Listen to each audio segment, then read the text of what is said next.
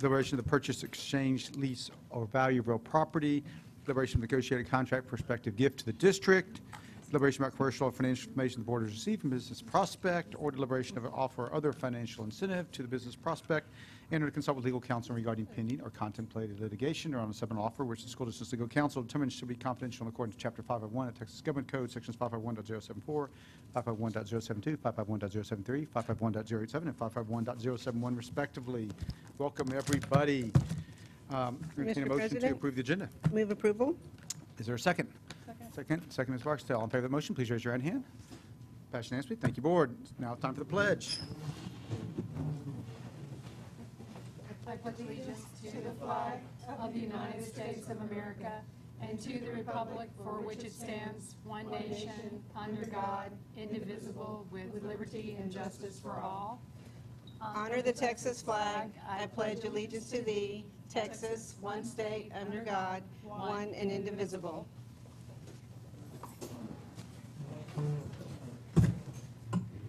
Welcome, everybody. We've got 3 items on the agenda tonight. The first one is an update from Shaq. We'll make sure everybody's eating their pizza and had their french fries before we start this, because after this, we will not have any more of that stuff around here. Fantastic. Dr. Starfin? Mr. President and trustees, the first item on the evening's agenda is the Student Health Advisory Committee and a report to the Board of Trustees.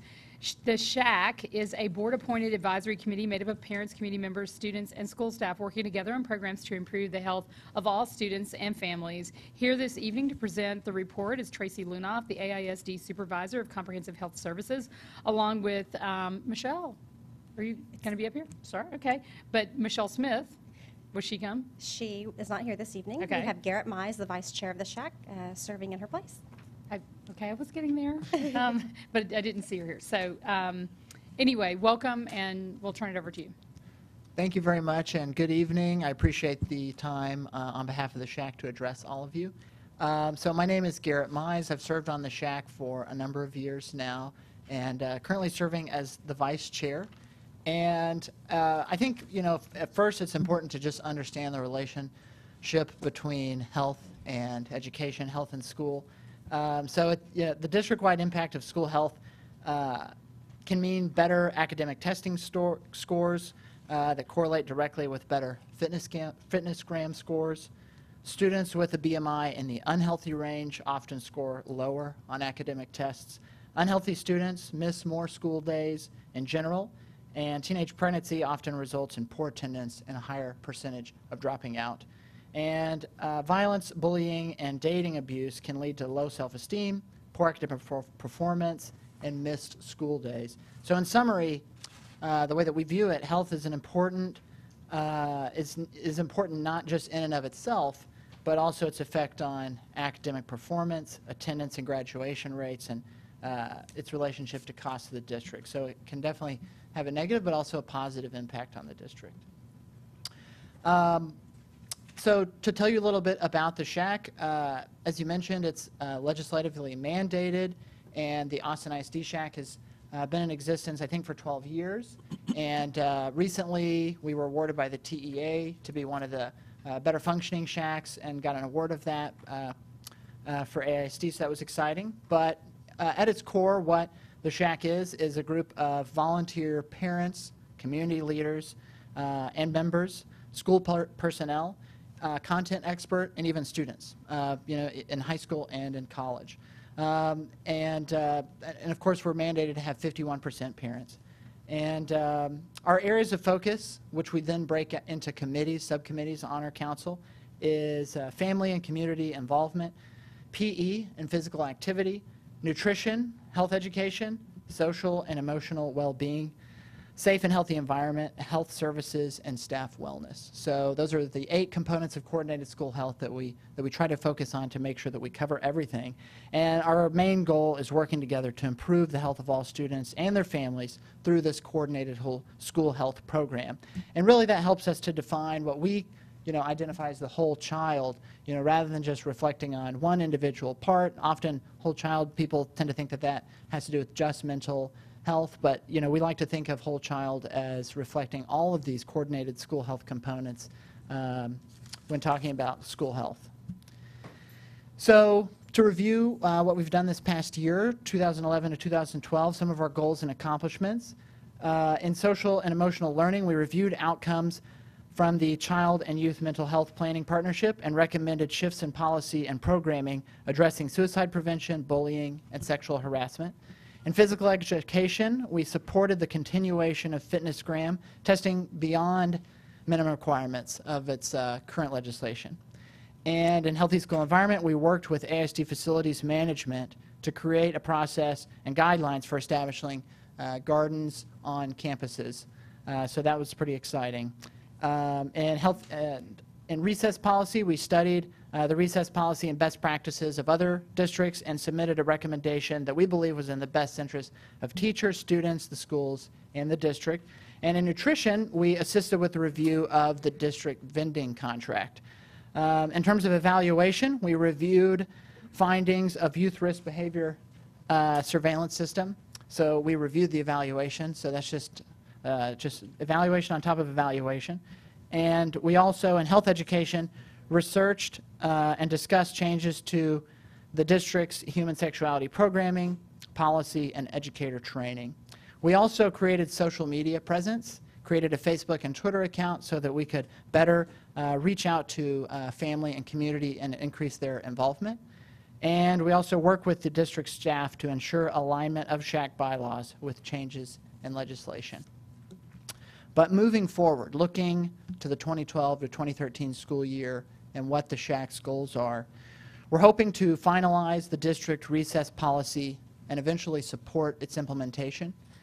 We want to develop an evidence-based recommendation regarding human sexuality education. We want to support district nutrition and food services programming and policy, especially in regard to new federal meal guidelines. And we'd like to continue to monitor social and emotional learning initiatives, as well as our major ongoing goal is to provide a forum for parents, district staff, and community members to discuss school health programs and policies. But that is, really concludes kind of an overview of the SHAC and what we've been working on this past year, what we hope to do in the future.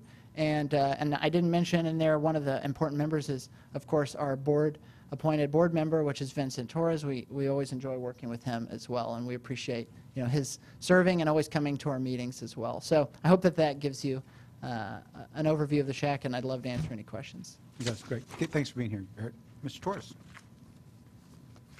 First of all, Dr. Christopher, I just wanted to mention that Mrs. Smith's, Michelle Smith's mom passed away yesterday. She was planning to be here, but she's with her family today, so that's why she's not here.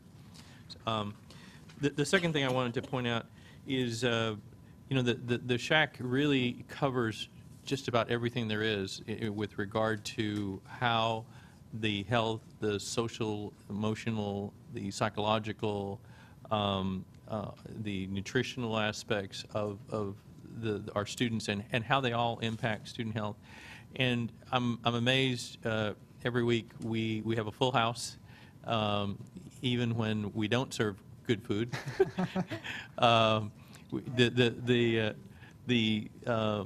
The volunteers are tremendous. They do an outstanding job. They're organized into committees that focus on these different areas. But perhaps one of the areas that I want to continue to draw attention to is this, the garden and having our students grow their own foods on some of the campuses, and to bring locally grown foods, partnering with one of the organizations here in Austin to bring locally grown foods into our school cafeterias. This is actually becoming more and more of a trend in other areas, but it really started here quite some time ago, and it's continuing to draw significant interest. And it's a learning opportunity for the students to actually see how some students don't realize that the fruits and vegetables don't actually come from the shelf in the store. They actually come out of the ground, some of them, and off of trees and things. And this is real important. But the important thing, in addition to that, is how it affects their health and how we start to change their habits and to set different examples for them in real life. So I just want to say I greatly appreciate the opportunity to work with these folks. They're very dedicated. And certainly, board members, if you have anyone that you think would like to serve on the SHAC, have them contact Ms. Lunoff, and we would be very happy to have people that want to continue to dedicate their time to the health and well-being of our students. Mr. Guzman. Thank you, Mr. President. Thank you so much for what you do and what you keep doing year after year. Health is so important to all of us, obviously, and to our children especially. In a health-related issue and incident, due to health reasons, we had the passing of a dear friend of this community and the education community in particular. And he had ailments, health-related conditions, and that was Mr. Frank Campos, who was a longtime educator in the district, who passed away and was buried today. And although he was not with the district at the time of his death, which happened recently, last week, he was very much a part of the education and AISD family, for he taught here for many years. He will be missed, obviously, dearly. The church at San Jose was packed today with family and friends, attesting to his valuable contributions to this community. And tonight our thoughts are with his family and his friends. And I just wanted to mention that because, you know, health is among us. Good health and bad health is among us every day. Thank you, Mr. President. Thank you. Other questions or comments?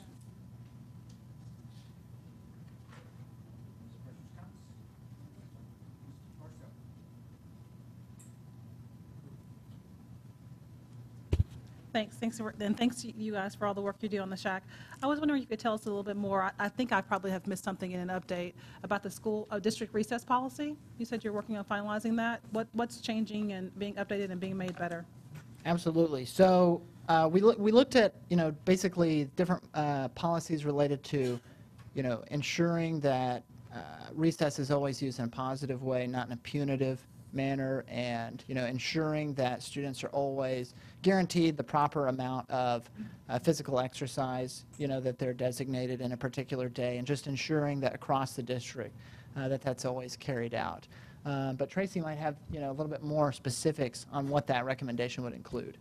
Certainly. So the SHAC has worked on for the past year by legislative mandate recommendations for the district to look at recess policy and identify some regulation that could be applied to, some additional time allotted for recess at the elementary level. So it's something that the SHAC is continuing to work on and finalize. And as a district, we're looking at possibly adding on to a local policy, a regulation related directly to recess policy and time for elementary schools. You're welcome. Other questions? Mr. Lavoie. Thanks for the presentation. I noticed that you had some bullet points about going to an evidence-based approach to human sexuality instruction, and I wondered if you could bring us up to date on what the evidence is showing, what that's meant in real time for the changes to our training programs, and what kind of outside vendors are now providing training in our district. Sure. So currently, all of our curriculum is evidence-based and with a foundation in best practices and strategies that are appropriate to students and teens, really pre-K through 12. So human sexuality is an education that's taught in all of our schools, and we start really talking about the human sexuality component that you're referring to in middle school and beyond. And those strategies include, again, evidence-based best practices, and they are foundation in our health TEKS. And we use several different modules, several different curriculums, such as Big Decisions, and several state-adopted curricula. And what the SHAC has been working on for the past year is just identifying some additional strategies that we could utilize in teaching health education. And one of those is looking at the national sex education standards, which we have already as a district incorporated many of those national standards into our state curriculum, into our local district curriculum. And vendors who would like to speak, or organizations that would like to speak to health classes on any topic, whether it's human sexuality or on nutrition, we have an application process in which they complete an application for review by many of our master health teachers and then our curriculum specialist and then myself to ensure that the content that they're going to be discussing as a resource to enhance our curriculum and what we're currently teaching is aligned with district policy, aligned with best practices, scientifically accurate, evidence-based, so on and so forth. And we currently have those list of approved vendors on our website, and there's always opportunity for vendors to apply. Good. I think bringing the list onto the website is a really good move, so thank you for doing that. You're welcome. Other questions, comments? Ms. Torres? Mr. Williams, can I add just one more thing? With the 1115 waiver and the partnering and or should I say expanded, potential for expanded partnering of our participation to assist our students with developmental disabilities. If I could ask Ms. Lunoff to talk a little bit about what we've done, and once again, people don't realize that this falls under the purview of SHAC, of what we could potentially be looking at with the partnership and how that might benefit our students. Certainly. So the Mental Behavioral Health Services now is integrated under the Office of Student Health Services, under my office. And one of those initiatives is the 1115 waiver. And that opportunity is the opportunity for the district to partner with a regional healthcare partner, and that is Central Health, in which we identified our performing provider as Seton Family Healthcare. And under this opportunity, we're able to accelerate and expand our Crockett pilot that you're familiar with the campus-based counseling referral center to 3 additional schools this year, and then 4 additional schools for the next 4 years. So at the end of the 5-year 1115 federal waiver program, we'll have 16 campus-based counseling referral centers in which Seton will partner through a subcontract with a vendor. There's many vendors and the organizations in the Austin area that can provide these campus-based services to students on campus during the school day. Very good.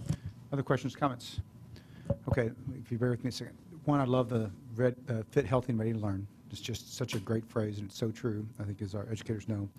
But our priorities last year and then what we're proposed for this year is, one's got this whole child, every child, and you see the initiatives. And so I know that you've got this mix of both mental health, as you described, and physical health. And the initiatives that we've got of the No Place for Hate, and I know there's a hate crimes task force going on, but safe place, and I know you've talked about that, but just making sure that our kids understand what it's like to not have dating violence, and also to understand, make good choices, because we have such high teen pregnancy rates, and self-esteem, which is what Jen Austen and other programs do.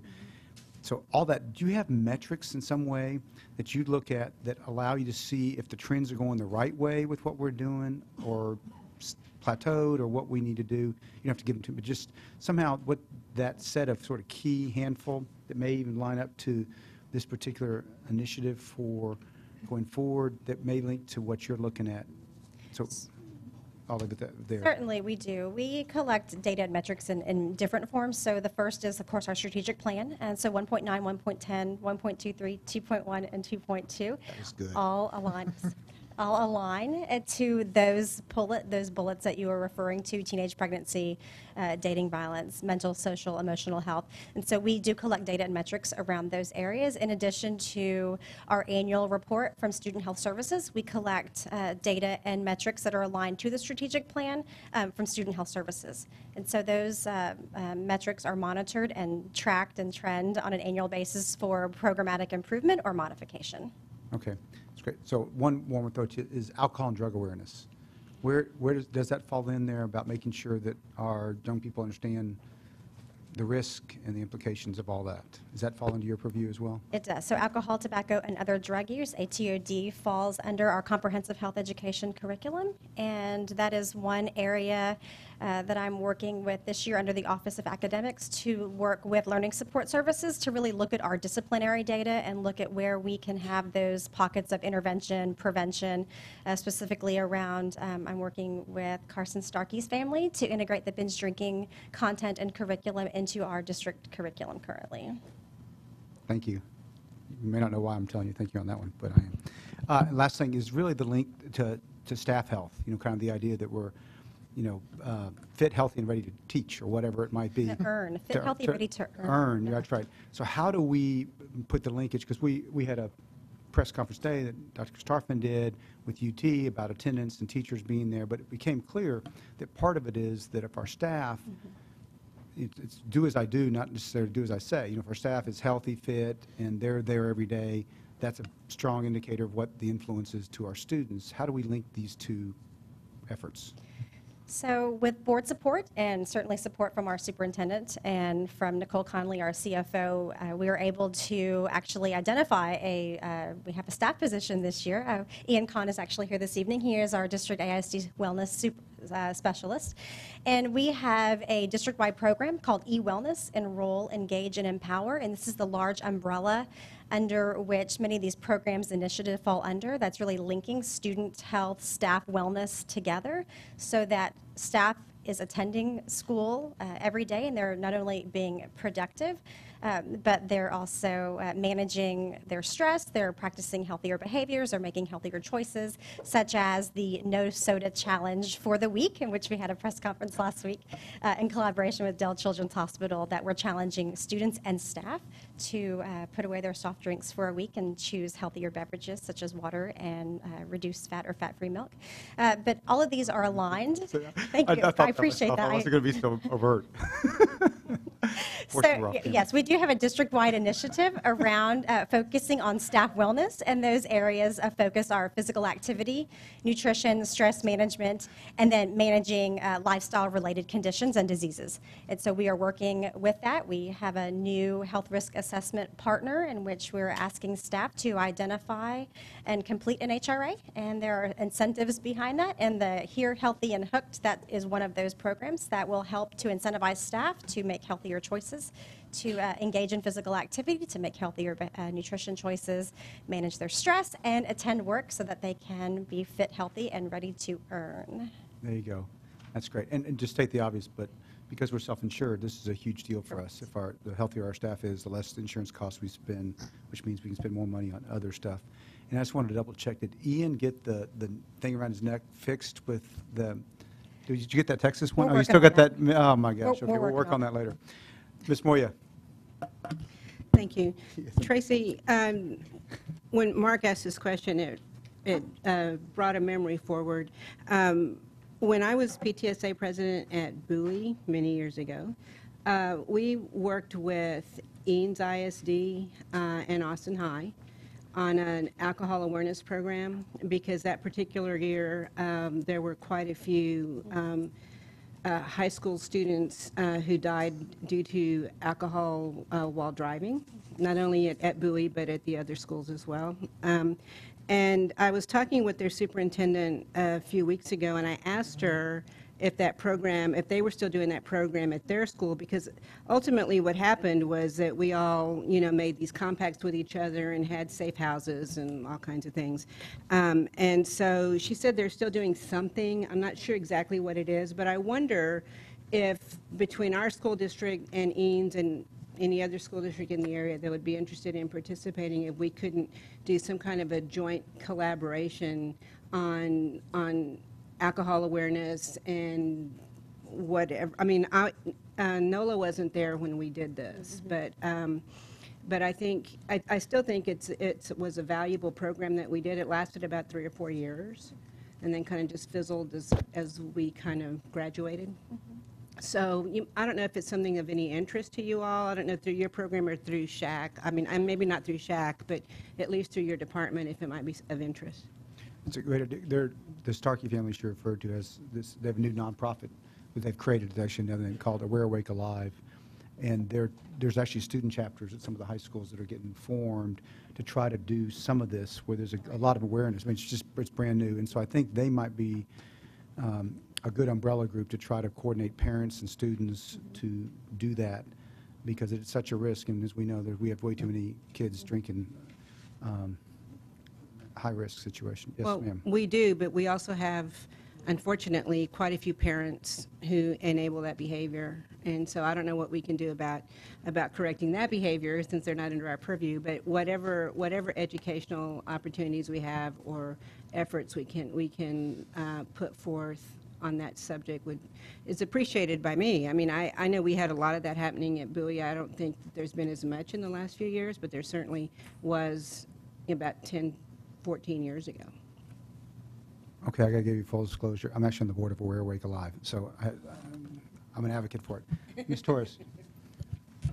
I just hope, I'd like to just underscore the fact that we really do have comprehensive student health services here, and Ms. Lunoff is responsible for the overall coordinated health. And that's really important because, we talk, folks, about how a student may have a particular need, but if we're not covering all of their needs all the time in a coordinated way, then we're going to miss it. And I think that's so important for us to have the type of services that are that fall under Ms. Lunoff, and I sort of feel sorry for her because it seems like everything keeps getting added to her plate. But it is so important because if you have it in one location, one, you know which services are missing, and two, you can coordinate it so that you do it in an efficient manner. And so I'm so glad that we have this comprehensive student health services network to provide our students, and that we have a program like SHAC where we have parents that are willing to volunteer to try and break it apart and provide support in a program that can help parents. And so, yes, whether it's a program like the one that you're talking about, or the mental and behavioral health, or nutrition, I mean, we cover it all, but we really need to cover it all because a student may come to school and they could be missing any one of those areas that they need help in, and having a place that really addresses those is extremely important in order for them to be able to focus on learning in the classroom. So thank you very much. Thank you. I know we need to wrap up, but I do see Michelle in the back with just the rest. It's that we have the health and there's physical fitness. All these things go together. Right? It's nutrition, it's health, it's mental, physical, and there's a lot to do. And we're very fortunate that I think to your point, we have a community. And Garrett, thank you for being here, and to your entire team on the SHAC who really do want to help us in this area. There's a lot of passionate people that want to spend a lot of time making sure our kids are healthy, fit, and ready to learn. Ms. Bradley. Just real quickly, you had spoke about the mental health services. By 2015, it would be rolled out to 16 schools. Now, we have like 120 some odd facilities. What are we going to do as we look at those schools? So through the 1115 expansion project, we'll identify the rollout to the 16 schools based on the numbers of students that are on free and reduced lunch, and then the number of students that are identified at risk. And we'll bring the data back to our team in academics office, and then in collaboration with learning support to identify what campuses. And many of those it'll be a K through 12 expansion project. So we may have elementary, middle, and high school. Right now we have 1 middle and 3 high school that have the referral centers. And throughout the district, we have several other systems that are K through 12 currently that every campus, every child has access to for these top-tier mental behavioral health services. But through the expansion project, we'll have identified 16 schools that have resource centers directly on the campus. Now, we know that that type of issue is just not at low SES campuses. So as we look at the other campuses, and we know that they have issues as well. So you can pretty much put that around the city. How are we going to focus on those campuses too? So the campus-based counseling referral centers, the partnership through Seton was strategic in that if a campus does not have a campus-based counseling referral center, we can always go through the avenue of our school nurses through our Seton partner, who can connect students with those resources, regardless of their payer source, regardless of their socioeconomic status. Okay, so I got it. Thank you. Thanks again to Garrett. Please, our sympathies to Michelle and her family. We look forward to all the great work that y'all continue to do for us. Thanks. Thank you. Okay, we're now transition to budget parameters for the next year. Dr. Starfin.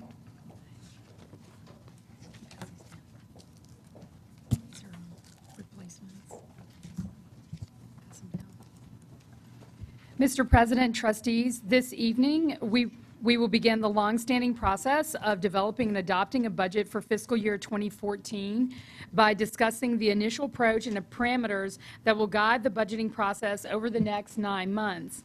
The discussion and establishment of budget parameters is an important exercise that lays the foundation for the entire process. The budget process is closely aligned to the board-approved strategic plan requirements. In adopting the district's 5-year strategic plan in December 2009, the board was guided by its vision for the district to be a nationally recognized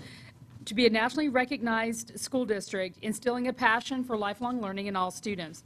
The strategic plan also reflects the values of our district, including our focus on children, commitment to excellence, and pursuit of equity.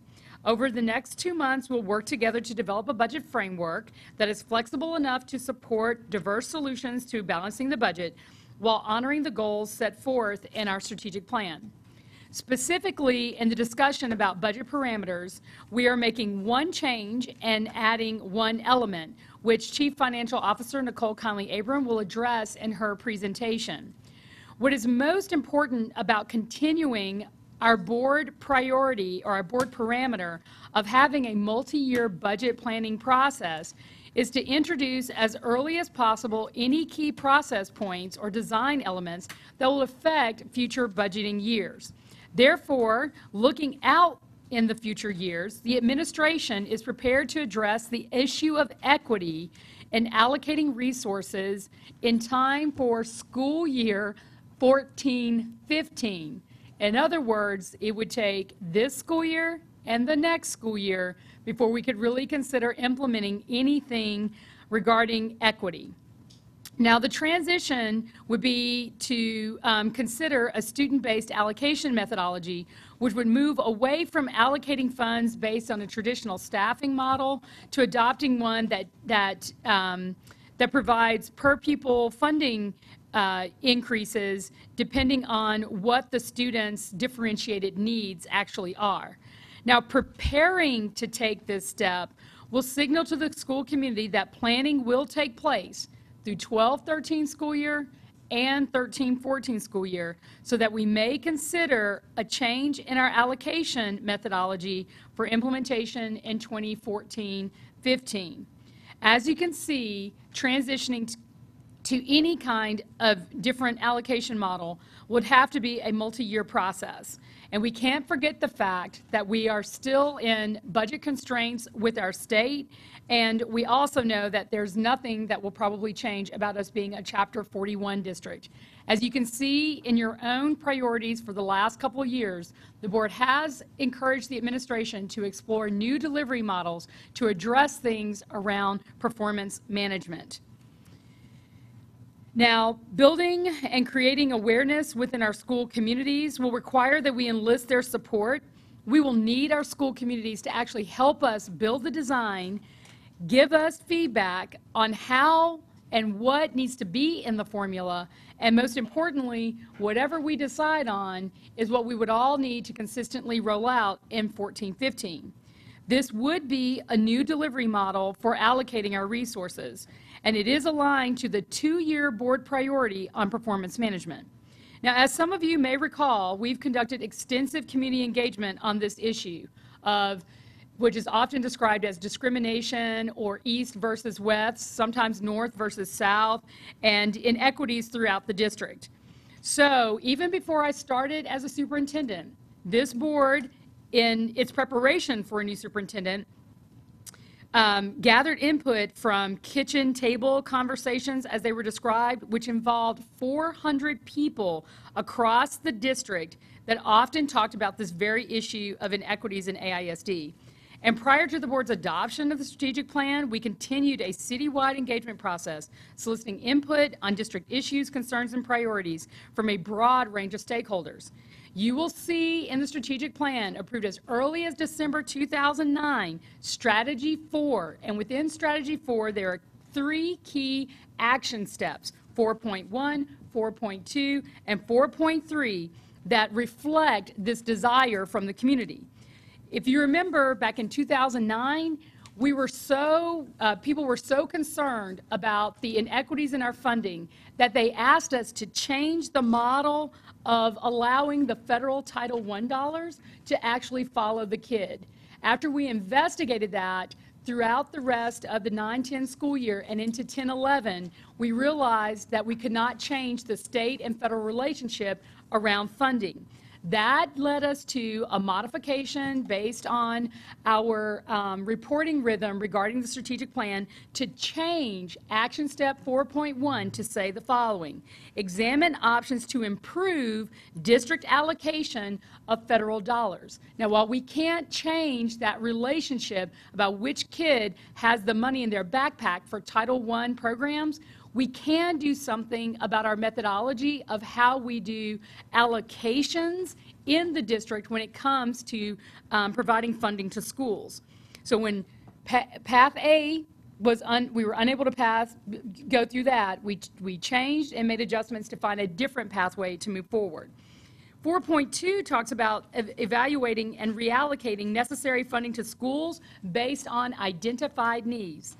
And 4.3 tells us to manage taxpayer resources wisely by developing tools and models to regularly monitor program effectiveness and by identifying and implementing fiscal and operational efficiencies.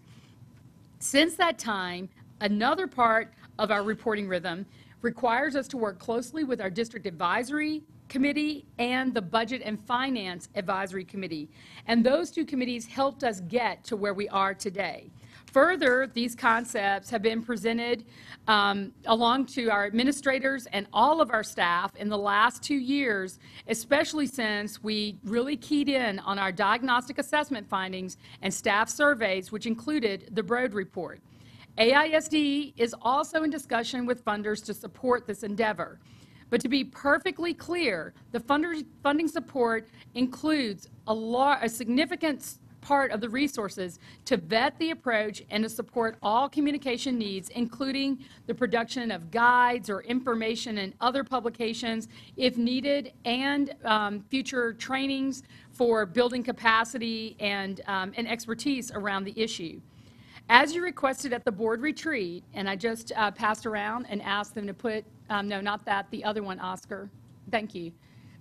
On the board, you asked me to take the 12-13 district priorities, which have been rolled into 13-14, since we've had more consistency around our district priorities, and for the purposes of this budget discussion, to try to outline any key initiatives that would be associated with the 13-14 school year. This would mean for us, and remember, this isn't every initiative in the district. These would be things that we're really trying to push the envelope on to make sure that, you understand that this is really like key to that particular year, not that we aren't doing other things this year, past years, and in future years. Okay? So as you can see here, under key initiatives, to make sure that we are clear about what we mean under systems for performance management, this is where we would talk about taking the first baby step around equity and funding. In other words, moving from a staffing model to a student-based allocation.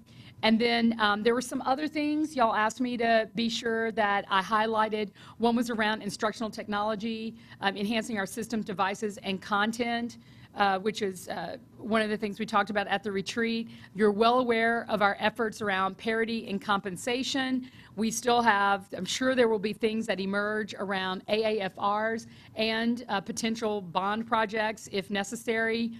And around college-ready culture, while yes, we are doing things around advanced academics, GT, advanced placement, dual credit, and things of that sort, credit recovery even.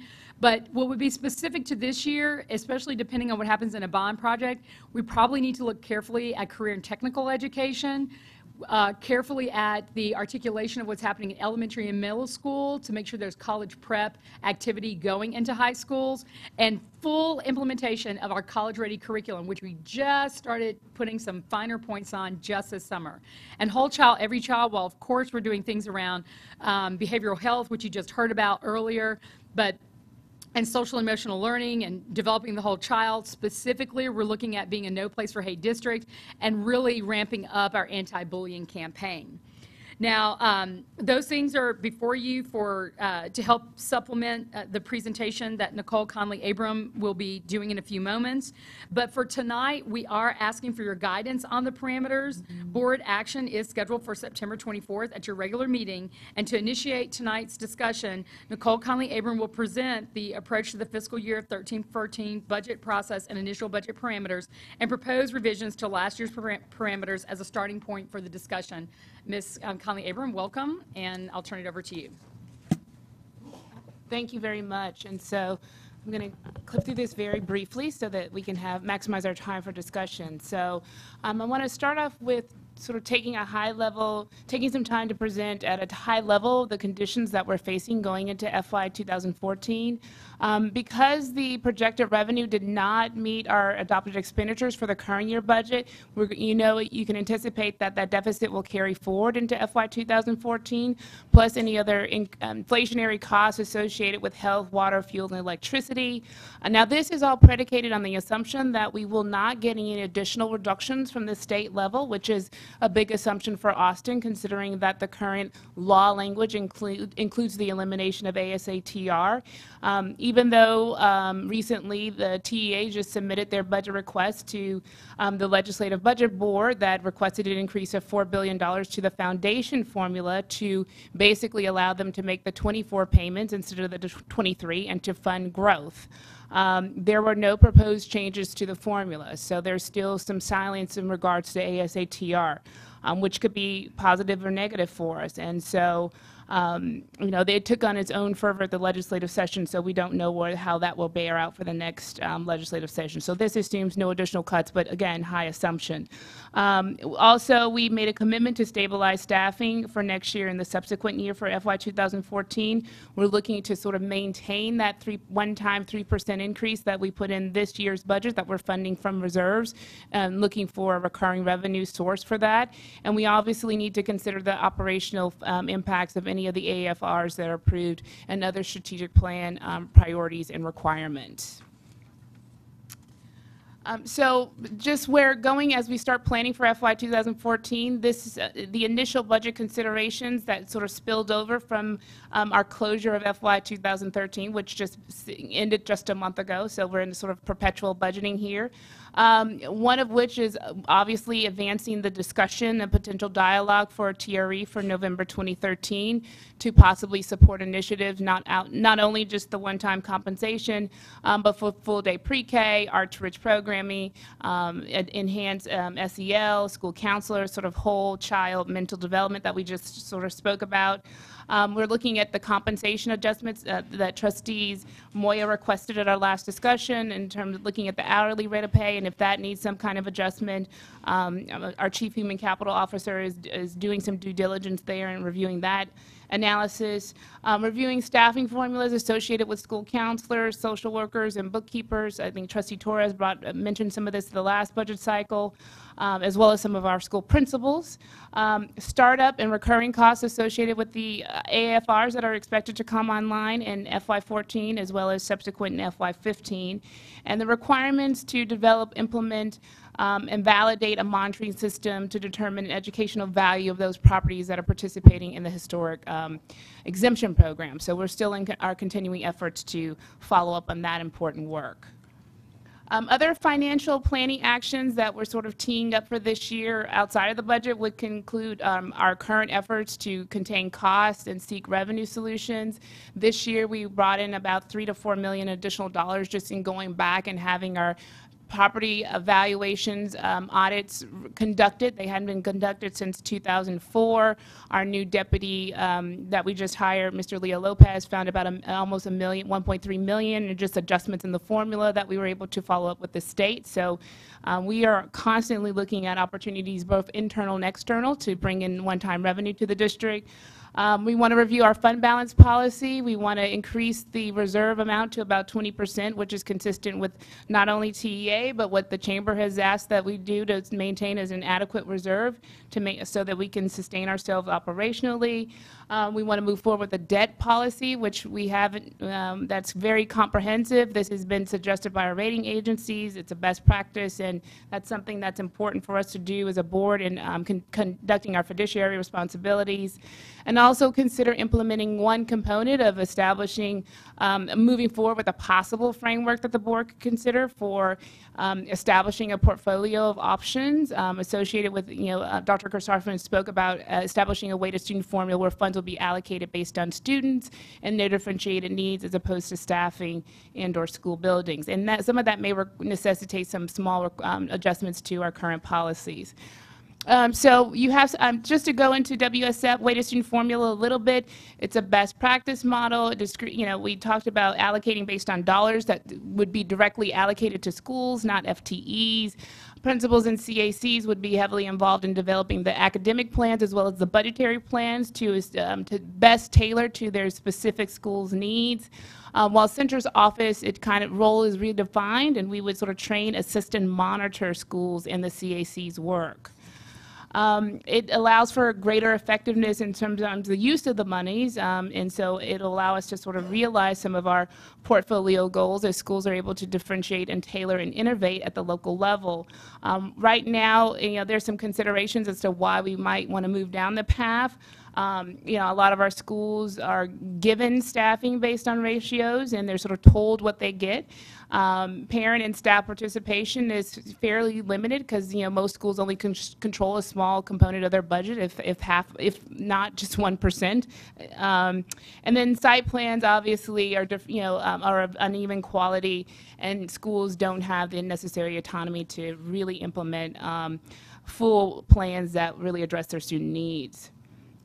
Our ratios are somewhat, the rationales that set our staffing formulas are not always consistently available or somewhat arbitrary in some cases. So we look to sort of at utilizing a funding approach would allow us to have much more concrete and decisive decision points around how we allocate our dollars. And we have a pretty high disparity in our per pupil funding. And so obviously the goal of moving towards site-based budgeting is sort of, give the flexibility and sort of put the innovation at the local campus level, and to sort of simplify and coordinate our local planning efforts around how resources are used at the local levels. And also to improve and facilitate a better relationship between central and offices, but really have that authentic planning and development occur at where it happens in the school sites. And you can see here, this is just a snapshot. This is not adjusted of where we're at in terms of per pupil by campus. You can see there's a, it goes from A to Z on the horizontal axis in terms of where we are in per pupil spending. So these would be the goals of us establishing a weighted student formula, some of which I talked about, basically equity and putting the money where it counts on campuses, and to increase the level of transparency that exists in terms of how we fund. You have some, moving on to slides 12, there's some key budget milestones that we're working to develop through the budget development calendar, which we'll be talking about next month, but I wanted to remind you of some key dates in the budgeting process. September starts with our improvement of the budget parameters. Next month we'll approve the calendar. Subsequently, in November, we'll probably be bringing forward a discussion about the assumptions and the staffing formula. I'm sorry, Nicole, where's sorry. the PowerPoint? Oscar, can y'all, thank you. Okay. And slide 13, continuation of that. In December, you'll take action on the AFRs. We'll build those as operational assumptions in the budget, and then ultimately it'll be presented in the preliminary budget that's discussed in February. In January, we'll have an opportunity to talk about compensation, a possible tax rate, and the fiscal forecast. And then the planning calendar will go through August, and it'll possibly we'll propose a key date to assume we'll take action in August on possibly calling for an election for a TRE. So just moving forward, these are the current 12, 13 district priorities as the board has established them. We are seeking, just in terms of being able to more closely align the budget with those strategic priorities, I would suggest that maybe the board consider taking action on what our FY 2014 priorities would be sooner, and maybe possibly consider that for the October timeframe, so that we can ensure alignment with whatever preliminary initiatives that we include in the preliminary budget. And then lastly, on the specific parameters by which you'll be taking action on at the end of this month, again, we wanted to sort of propose a change that we move towards a 20% fund balance allocation to make sure that we have some operational reserves to support the 2.5 months. And then also considering adding the element that we would move forward with an implementation to consider implementing a weighted student formula in 14-15, but to allow us to move forward with the groundwork that's necessary in order to build, design, and have a formula ready for that potential launch date. And that concludes my formal presentation. So, Mr. President, trustees of the board, preparing to take this step will signal to the school community that planning will as we're planning the way that we normally plan for school year 13-14, what you can anticipate, especially coming up in the winter timeframe, is that you will see almost the exact staffing formula design, if not just a few changes, as you've seen in the past. Right, so that would be, you would see that during our planning for, 13-14 for sure. So these things would be happening in parallel. First, your real budget has to be done for 13-14, and then we would be working alongside of that, trying to get our momentum going around preparing for 14-15. So it's a lot of work, but we would use the 12-13 school year and 13-14 school year to put those things in place. But you can anticipate a very similar process in real time for what you need to do for 13-14. Mr. President, trustees of the board, this concludes our presentation. Thank you very much. Let's open for comments or questions. Ms. Schneider.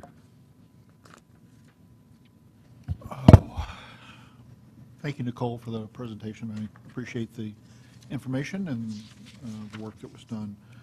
I'll start off with some easy ones and get a little bit more in depth from there. You talked about bringing fund balance to up to 20%. What it's about 13-14% now? Is that what the policy says, as I remember it? Yes, 14%. Okay. And can you tell me what the delta is going to be in terms of the amount of money and fund balance that will be required at that point? I would like to follow up and get you the precise number, because we're going through our current close at this point in time. So we have those estimates, but if I could, I would like to follow up with the actual number. That's fine, but would a good assumption, general rule of thumb, however you want to look at it, be 20% of our approved operating M&O budget? Correct, yes. Okay, all right. Thank you. The ASATAR piece, after sitting through a few hearings last time around, it seems nearly incomprehensible to me that something is not going to be done about ASATAR this time around. And I don't know what it's going to be, and I don't know what the hit on the district is going to be, but it's very clear to me that there's going to be some kind of hit that we're going to take. If we get as much money as we have gotten this year, next year, I'm going to be nearly fatally surprised. Probably I'll have to talk to Mr. Torres about the implications of that. But how are we building forward in terms of preparing for that? So we've started to set it this year. At year-end close, we took the additional monies that we were generated from both the property tax audit as well as the additional $1 million that Mr. Lopez helped us secure. We've been able to set aside $10 million just for proration in the current year. So we're presuming that that reservation that we've already allocated in our reserves would carry forward. If there is an adverse cut proposed for next year's legislative session as a result of AISD or any other cut, we will be looking to secure another $10 million to accompany that. So I'd like us to get to at least $25 million as a set aside to give us sort of a one-year opportunity to respond to those cuts. So we've set aside 10 million now. We're looking to secure an additional 15 as we go through this current year's budget. We probably typically underspend between 7 and 10 million, so I'm hoping to at least have a minimum of 17 million set aside to account for that, to give us the 1 year that we would need to respond to any additional legislative changes. So my goal is to have 25 million set aside. I'm halfway there. At least I have 10 million, so. Okay. And actions past the 25 million, I mean, to me, it could be more than 25 million. Do we have a plan to get to anything past that number? I think at this point, no, we're trying to get to the 25 million. If the board wants us to consider a higher threshold, then certainly we will work to see if we can set aside and build a financial management strategy around that that's more aggressive than the 25. Okay. But certainly we're looking at 25 as sort of the minimum set aside that we would need. Okay. My personal opinion, just this board member, is that we should think about what we're going to do past $25 million. Okay. I can't give you a figure and say what it was. I mean, I could make a wild guess, but that would be my wild guess, and that would be all it would be. But I think we do need to be prepared to go past 25 million, just prepared. I mean, know what we're going to do, have a good idea of what it's going to take to get us past that. But I think we should plan for that possibility.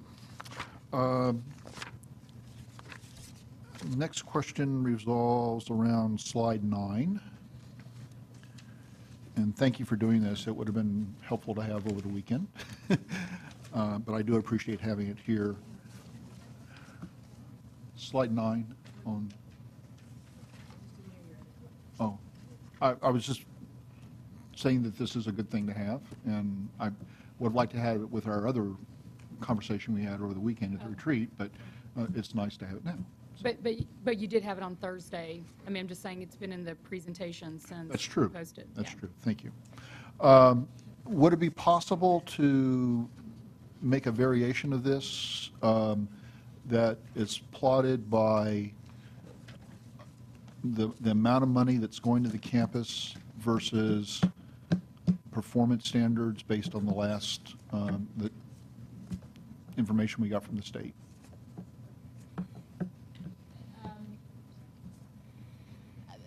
I believe that to be possible. I would work with my colleague, Mr. Karich, to see if we could recreate, and I'm presuming that would be a similar slide that what we discussed this weekend.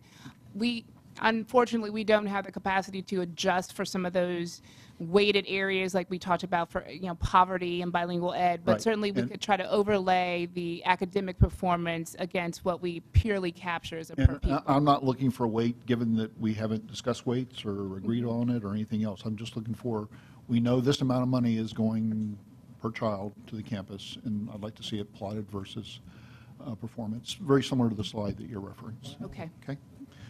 And Ms. Snyder, can I just clarify? Because Sure. when you think about performance, and I know Bill's going to I'm just saying this for his benefit, is because of the transition to end-of-course exams and Right. STAR, and different campuses have 5 different tests and different grade levels and a mix, it might be difficult. It's not going to be as simple as either the number of campuses or the percentage of poverty to figure out what the performance metric that would be either the X or the Y And is going to be. Mr. Williams, I asked for the last ratings that we got from the state. So just the pure campus rating? Pure Not campus. necessarily performance standards? You're just talking Right. about the performance accountability rating? Right. I just make sure, so it's either acceptable, recognized, Right. exemplary, okay. May I say one thing? And just so you know, and we can pull this up, and I want to say it was during the time that we were consider working with education labs at Harvard. They ran, do y'all remember, Bill, do you remember that?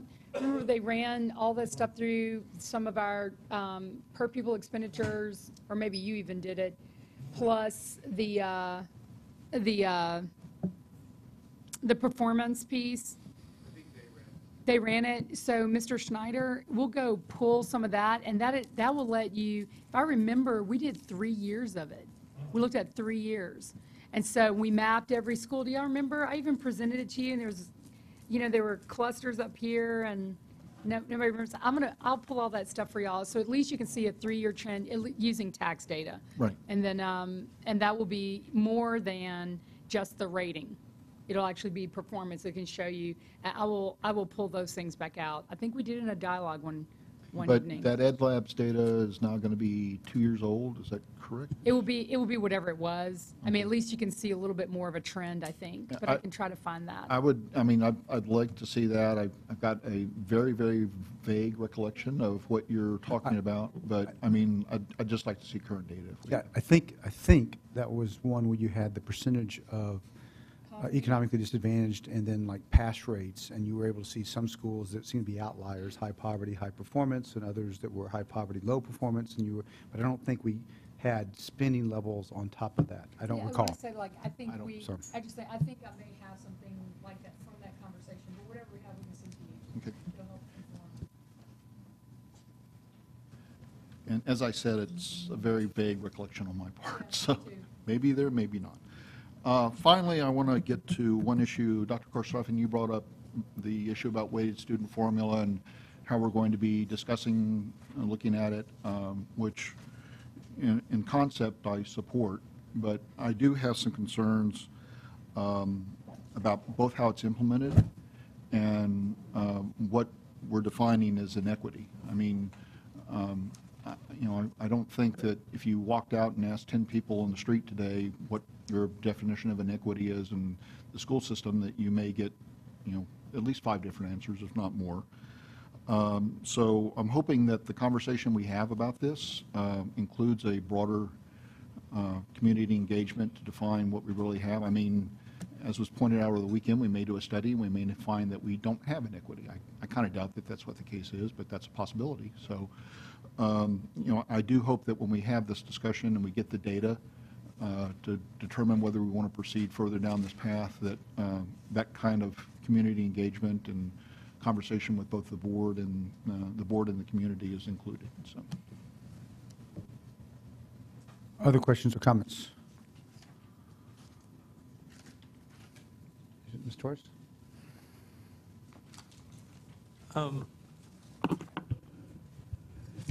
Thank you very much, Ms. Nicole, Ms. Conley Abrams. I want to clarify or make sure I understood something that I thought I heard this weekend that Ms. Moya asked, and then that she said today, because I'm not real sure I'm still clear on it, Dr. Karstoffen. Is my understanding correct that with regard to Title I funding, that there is nothing a district by themselves can do to change how that funding is allocated per student? Do you want to explain that? There are things that we can change in how we allocate, but we can't make the money move from kid to kid. The money cannot follow the kid in some regards. We can change some of the allocation components of Title I, but we cannot allow the dollars will not follow the kids campus to campus because it's based upon the attendance area factor. Right. So it's residing factor. We can't change attendance area allocation, not student allocation. Correct. Right. So I just wanted to say, you and Nicole, you have to tell me, what's the cutoff again, the exact percentage for when a school is identified as Title I? What percent of the kids have to be in poverty based on what we've decided as a district? Or does anybody know, Paul, or I think it's is it 68? I think it's around 67 or 68. What is it? Something like that. Okay, so think it's like 67. that is within our control. So we can lower that bar, we can make it 50% or something else. The point is, it doesn't change the size of the pie. You're just taking the same amount of money and splitting it up amongst more schools. What we thought might have been a possibility was, I think there's a couple things that would need to happen. We need to go back and look at that. We need to really, and we go back and forth with this every year, but I think that needs to be part of the discussion. Maybe there's some areas that we can improve on that are within our control in the, even as we plan the 13-14 budget. I don't know what that would be, but that's something I think, we need to discuss. But at the heart of it, we're not able to change that what the school poverty is as it relates to whether or not the money moves from the school with the kid to the new school. So if you leave, Martin and go to O. Henry, a Title I versus a non-Title I school, they still have to serve that kid, but without the extra resources. Right. So I think my understanding is correct that to try to piggyback or follow up on what Ms. Moya said, the way the current system is, it's not going to change unless we try to tweak this percent number that we're talking about. And that may actually hurt some of the Title I kids by some schools may then get some Title I money, but some schools will get less. So it may hurt some of the Title I students if we change that number. But to make sure I understand your statement earlier in the evening at the introduction of this item, if we were to try and compensate for that, it's only going to come through the reallocation of local funds that occurs. It really won't come at the reallocation of Title I funds, because the Title I funds will still continue to remain allocated within Title I schools. Right, by attendance zone. What I was saying is, as it relates to the title money, right, that's where we move the bar. Right.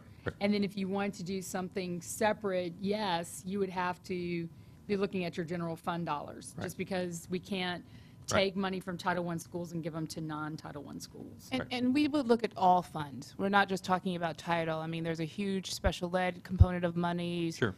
There's bilingual, there's Title II. So we're looking at all of the allocation methodologies across all funds to the district through this endeavor to see what flexibility we would have and if we had a transparent way of allocating the monies. Because at the first day I landed on the job, what I heard from schools is that we didn't allocate Title III based upon any sort of transparent methodology. And so we would not only Title I, but we would look at special education, Title II, and Title III. Right, okay. And if I could refer to, it's slide 10, page 13 in the presentation. I guess I want to just make sure we're all at least attempting to use the same terminology. The statement is a little confusing when it says increase equity in per student funding. I think what we're talking about really is making sure that we have greater equity in the way resources are allocated to match the individual student needs, is what I think this board. Say that one more time. Ensure greater equity in the way. In the resources that are used to match the individual student needs, meaning Match individual student needs. And so I agree that I don't think that is in conflict with what we're saying. It is okay, more because clear. I think if you were to say that we don't have equity in per student funding across schools, that concept to people immediately goes, you're not providing fair resources to all kids according to what their needs are. But what we're basically saying is we want to make sure that we are providing the appropriate resources consistently across the district. And that's actually going to result in per pupil's funding to be different. I was with you up to the last 6 words. Okay, because it just seems that the funding per student is going to be different. So there won't be, so equity doesn't mean equal in terms of dollars. Yeah, absolutely right. And that's how we define equity here. Not equal dollar, but equal access to the resources to support that kid's individualized need. And that goes back, maybe we need to clarify the definition of how we're using equity in this model. Exactly, and it's not about a flat dollar amount.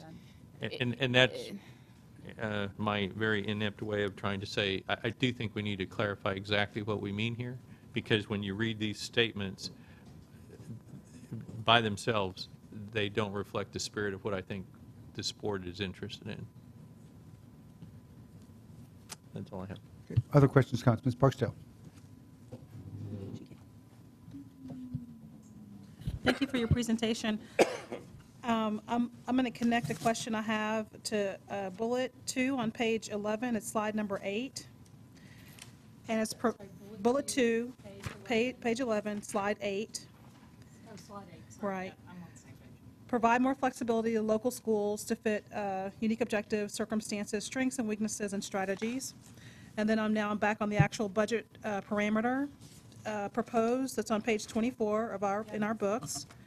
And increase school level autonomy. I want to make sure that I understand that student-based budgeting can come with or without school-based autonomy, right? So I just wanted you guys to talk about that and clarify that for members of the public that may be watching, because we're talking about school-based autonomy as if they're tied together, and they're not necessarily, but we're tying them together, we are tying them together in this proposed budget parameter. And then what does that actually mean? Just maybe 2 or 3 bullets at the elementary level and then secondary school levels, what that autonomy would look like if it were offered with student-based budgeting. And so right now, as this is written, we're saying we want them paired together. So I'm happy to kind of start a little bit. You are right. We can focus mostly on getting the formula right, where we're not dealing with autonomy. You can still have the same policies by and large. I mean, you're not changing a lot about how much the board controls the amount of flexibility a school has over its budgeting. So you can have the change in the allocation to the school, right? Which just means that, what their budget looks like is a different bucket than what it looked like under the staffing design. So what is recommended, as you all saw in the research, is that, in large part, the reason why people sweat through all that is so that schools can have more flexibility and autonomy, right? And that they have the right resources for the student demographics they have in their school. So, correct, they don't have to be together, but what we are recommending is that, and you can decide how much autonomy you want to do. I mean, it doesn't mean increased school level autonomy does not mean 100% autonomy. So we're recommending that you have those conversations together, and then over time, before you make a decision about what you want to do exactly, how comfortable are you and what levels of autonomy are appropriate for launching the change. So you could start off with nothing, and then the next year consider the next thing and the next thing and the next thing. But at least the research shows that that's why people ask for it. They want more control over what's happening in the front lines in schools.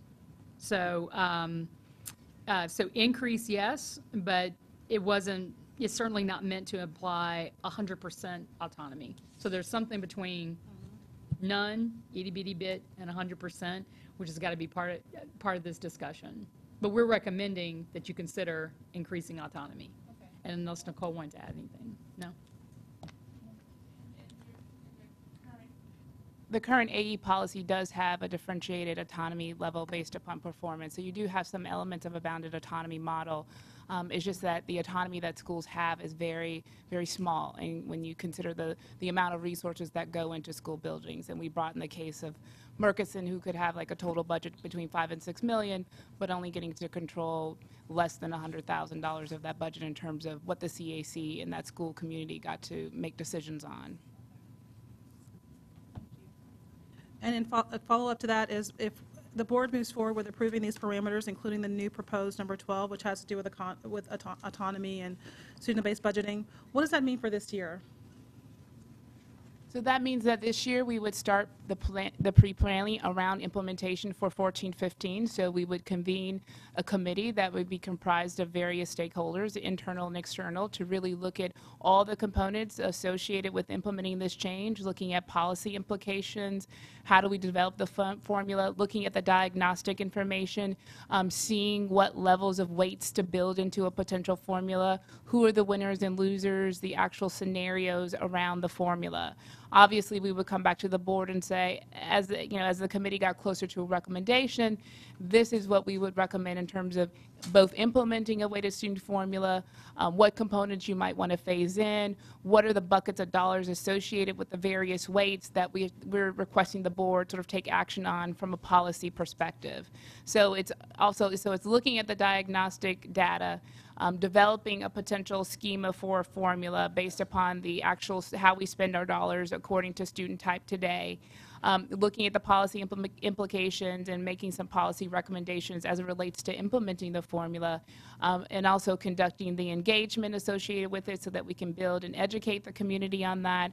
And then obviously, we would probably launch the formula in 14-15. It also would include a capacity building component so that we could do some professional development, both internally and externally, because we know that our CACs would need support as well as our local school principals. And so at the end of the day, if we did all this groundwork over the next few years and there wasn't a temperament to go sort of full launch, obviously it wouldn't be in the district's best effort to push something down that wasn't receptive at the local school level. So we may say, you know, let's allocate, but let's sort of differentiate the autonomy pieces according to this level. It would be more aggressive or less aggressive than what we would be able to accomplish this year. So it would be a combination. I mean, it really is looking at the entire impact to see, you know, what is the operational readiness and what would be the best solution for us to move forward with in 14-15. I mean, we may find that even as early as 13-14 that we may have some potential for some early adopters. You know, maybe there are communities that are ready for this, and maybe we develop a formula in a quick enough fashion to realize those early adopters. And we would come back to the board and say, this is where we're at, and give progress reports on that. But it's not something that's wholesale that, we'll probably be able to turn on a switch and go. I know that it's going to be a phased approach probably over the next 2 to 5 years. Thank you. And we'd give 45 minutes for this item, but there's still some questions, and I know it's a very important topic, so I think we ought to continue. Ms. Lavoie. I have a comment and a question. One thing that occurred to me when we were discussing this at our retreat last week and then again tonight is that I think it's so important to produce options as we do this work, and I think it goes without saying because I think you would be doing that anyway. But there's so many ways of going about achieving equity. I doubt any of us disagree with the concept, but I just think it would serve the purpose and help public input and give the board the maximum amount of flexibility if options are developed as this work is being done. And then the second item I have is a question. I wonder if you could give us a working definition of equity just for the public, for ourselves. And I totally appreciate what you just said, that equity is not simply dollars. I think we tell that to our nieces and nephews and children all the time. But can you give us a working definition that we could just use as nothing more than a working definition to help us think about this? So I would follow up in sort of a written working document, working definition, but certainly it would the equity would be that no child in the district, it shouldn't be dependent upon where that child is, depending on what the resources they obtain. So it really should be, the resources to be driven by the actual student and the differentiated needs. So if I'm a student that has special education needs and I'm at Clayton, if I go to another site somewhere at Murchison, I would still get that same level of resources that would support my differentiated needs. So equity is sort of defined by equal resources to support that need that's independent of where you actually go to, what campus you're on. So that's how I would define equity. It's equal access to resources. Whereas today, depending on where you're at, you have different access to different resources, depending upon what's available at that school campus. And so I define equity in sort of neutralizing some of that so students can have what they need no matter what campus they're in or what neighborhood they're in. Thank you. A couple of questions, Nicole. I noticed in some of the materials where we're talking about getting input in preparing, say, for example, the percentage of increase for our fund balance over time, that we reference the chamber, and I'm assuming we're talking about the Austin Chamber.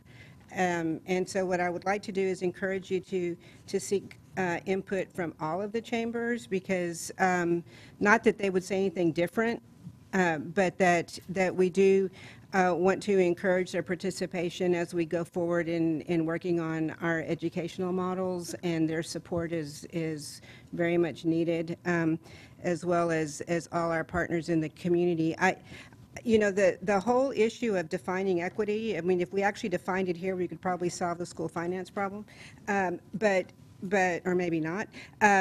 But my point is, all kidding aside, my point is that that particular issue, along with many others, are really, really hard to wrap your head around. And so we really do need to spend a good amount of time explaining and clarifying and making sure that people understand what we are talking about. Because, as you know, on Saturday, to Mr. Torres's point, you know, my question was, you know, if we go down this road, are we going to be able to solve the problem that we've had over these many years of making sure that students who move from a high poverty area to a school that is not a Title I school, and being able to make sure that they have those financial resources to accommodate that child, this really isn't going to completely solve that problem. And if it makes a significant dent in it, what do we give up in order to do that? And so as we make the case for this, because I do think it's certainly a formula worth investigating and pursuing, we still need to, as I say often, tell the entire story, so that we're all playing by the same rules and have the same information, and leave no room for wiggling around and twisting and trying to make things seem like what they aren't, because this is significant. And so so I really want us to encourage us to be as inclusive and as thoughtful as we prepare for moving forward in our engagement. Thanks. Just to be clear, Title I, this is not meant to overplay Title I. This can't compensate for it. I mean, Title I is clearly a supplemental service. So you have a baseline and the Title I supplements. So this is not designed to compensate for the lack thereof of Title I. It's just a better way to get to more neutrality within our existing resources. But I have a feeling that some people may think that. And so we need to make sure that misunderstanding or misconception, which obviously I had on Saturday, you know, we need to make sure that we clarify that so that we're all operating on the same page. Thanks. Other questions or comments? Mr. Guzman.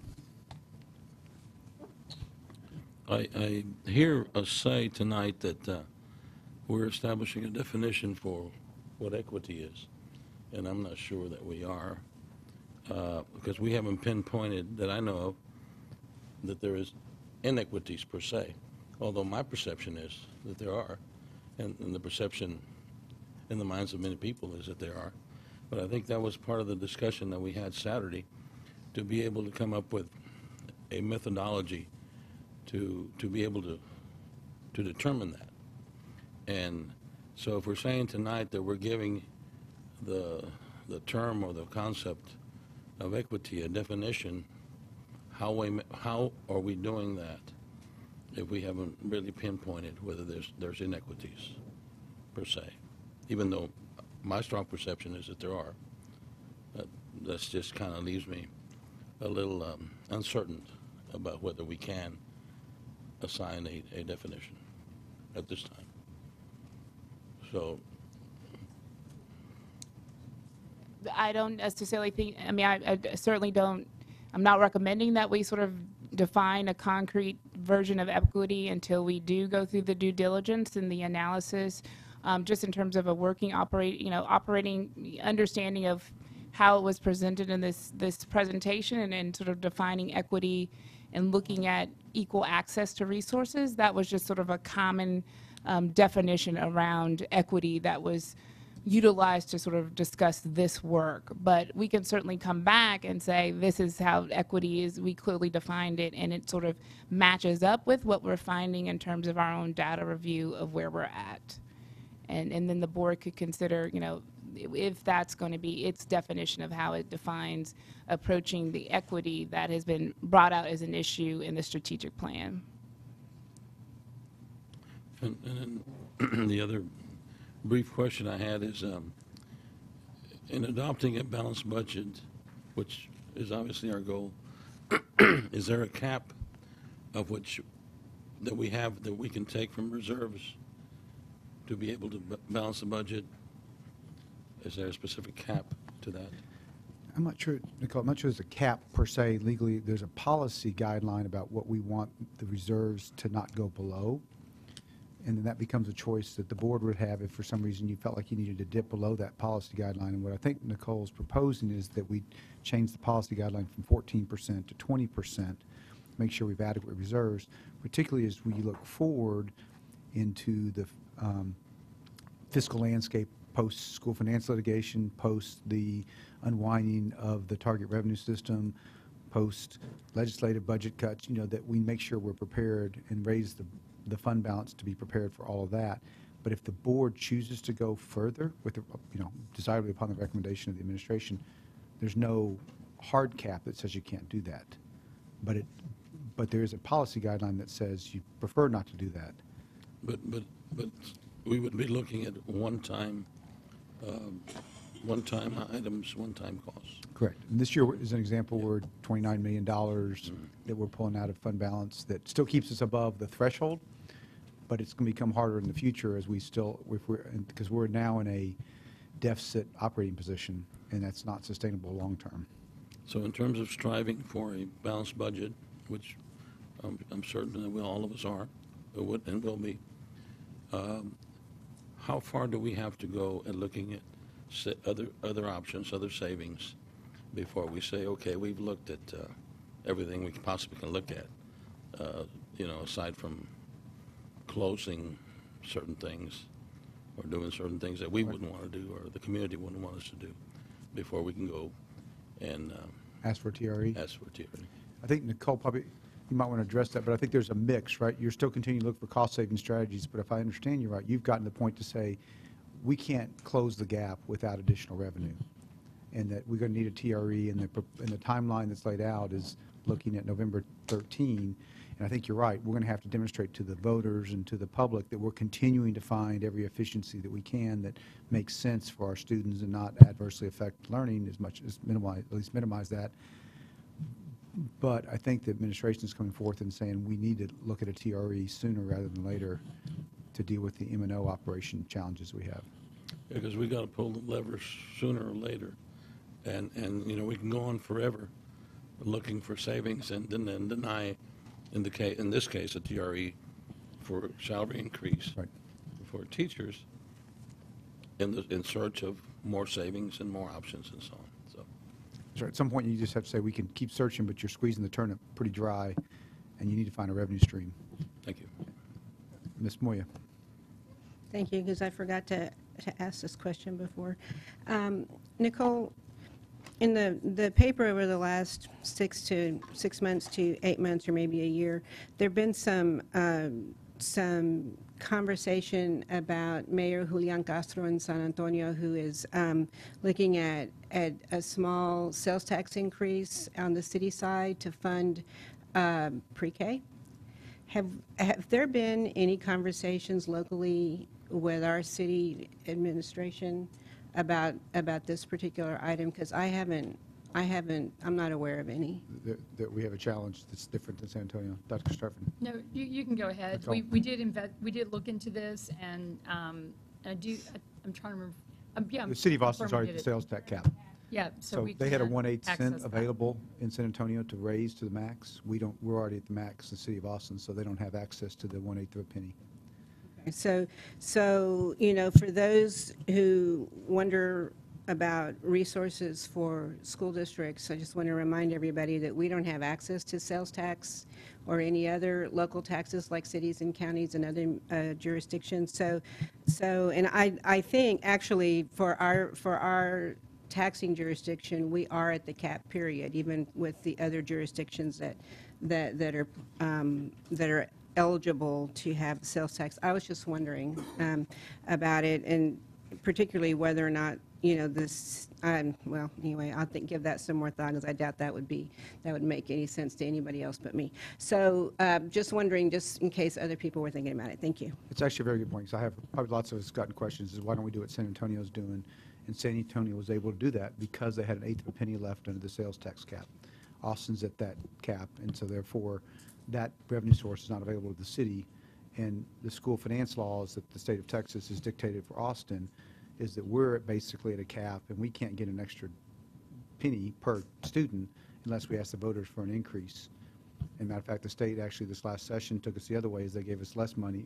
We got to keep less money, I'll put it that way, which impacted our recapture to the state. So we're probably the only governmental entity in Travis County that's actually fixed in terms of our revenue. We don't benefit from very little from the sales tax, from the property tax expansion or the increase in values or the ability to access sales tax. Other governmental entities can get additional revenue streams. We really can't for the most part. Other questions or comments? Mr. Schneider. Just a quick one, Nicole. The 20%, it will positively impact our bond ratings and the fiscal integrity ratings that we have to do through the state. Is that correct? I mean, we're not going to be regressing in any way there, are we? No, we would maintain our, it would enhance our ratings if we're able to do the 20% and do the set aside. So the 25 million would be on top of establishing the 20%. Okay. Just want to be sure. Thank you. Other questions or comments? Ms. Bradley. I don't have a question, but just a quick comment that I do support the exploration of the weighted student formula, and I hope as a district and as a board that we can at least look at how this can be very beneficial to us and to students. It's one of the conversations we've always had, we've always heard that we have children who go from one community to the next and that those dollars do not follow them, and that sometimes once they get there, the resources are not there to meet their need. And I believe that if maybe we look at this could be one way we can alleviate this problem. So I would just like to just say that this would be, I feel would be beneficial to our students and to the district. Other questions or comments? Okay, I want to echo Ms. Bradley's point. That's what I was going to say, is I think this is something definitely worthwhile exploring for the district. I'm going to pull a couple data points from here, and I'm going to, at least for me, when you look at the second bullet point on slide 7, page 10, which talks about the threshold for middle schools that have 1 AP if you have 999 kids and 2 if you have 1,000. Well, if you did it per student funding, you might have enough money for a principal to make a decision to buy the second AP or to buy the second counselor, but the way our staffing formulas indicate, they don't get it. Then when you look at the point beneath that of the range in spending per student between campuses, either on the bottom page, slide 7, page 10, or the chart that showed the variability, at least for me, I can't explain very well why all that exists. And it'd be a lot easier to be able to explain it because the money has basically been allocated to campuses for the types of students they have, and then they can meet the needs of the kids that are there. So I think understanding where we are now would be very helpful. I think including, if I understood you right, Nicole, the concept of the Title I, II, and III money, because I think there are some options available. Doesn't mean the board would choose to do it, but you can go down to 40%, I believe is the federal threshold for Title I. Our formulas haven't been updated in 20 years, so the way the money's allocated is somewhat antiquated. Some schools that have more kids get less money than some schools that have fewer kids, but a higher percentage. We haven't updated those formulas, and our district has changed dramatically in terms of size of campuses and demographics in the last 20 years. And so I think we could really benefit from looking at this and then trying to figure out what's a better path. It may not be a perfect path. I think, Nicole, you did a great job of, there may be lots of options in terms of what the various weights you'll do, the phase-in of those timelines, how you deal with what may be described as winners and losers. But if some of that can come with some flexibility to the campuses that may even have potentially less money but more flexibility to better meet the needs of their kids, that could be helpful.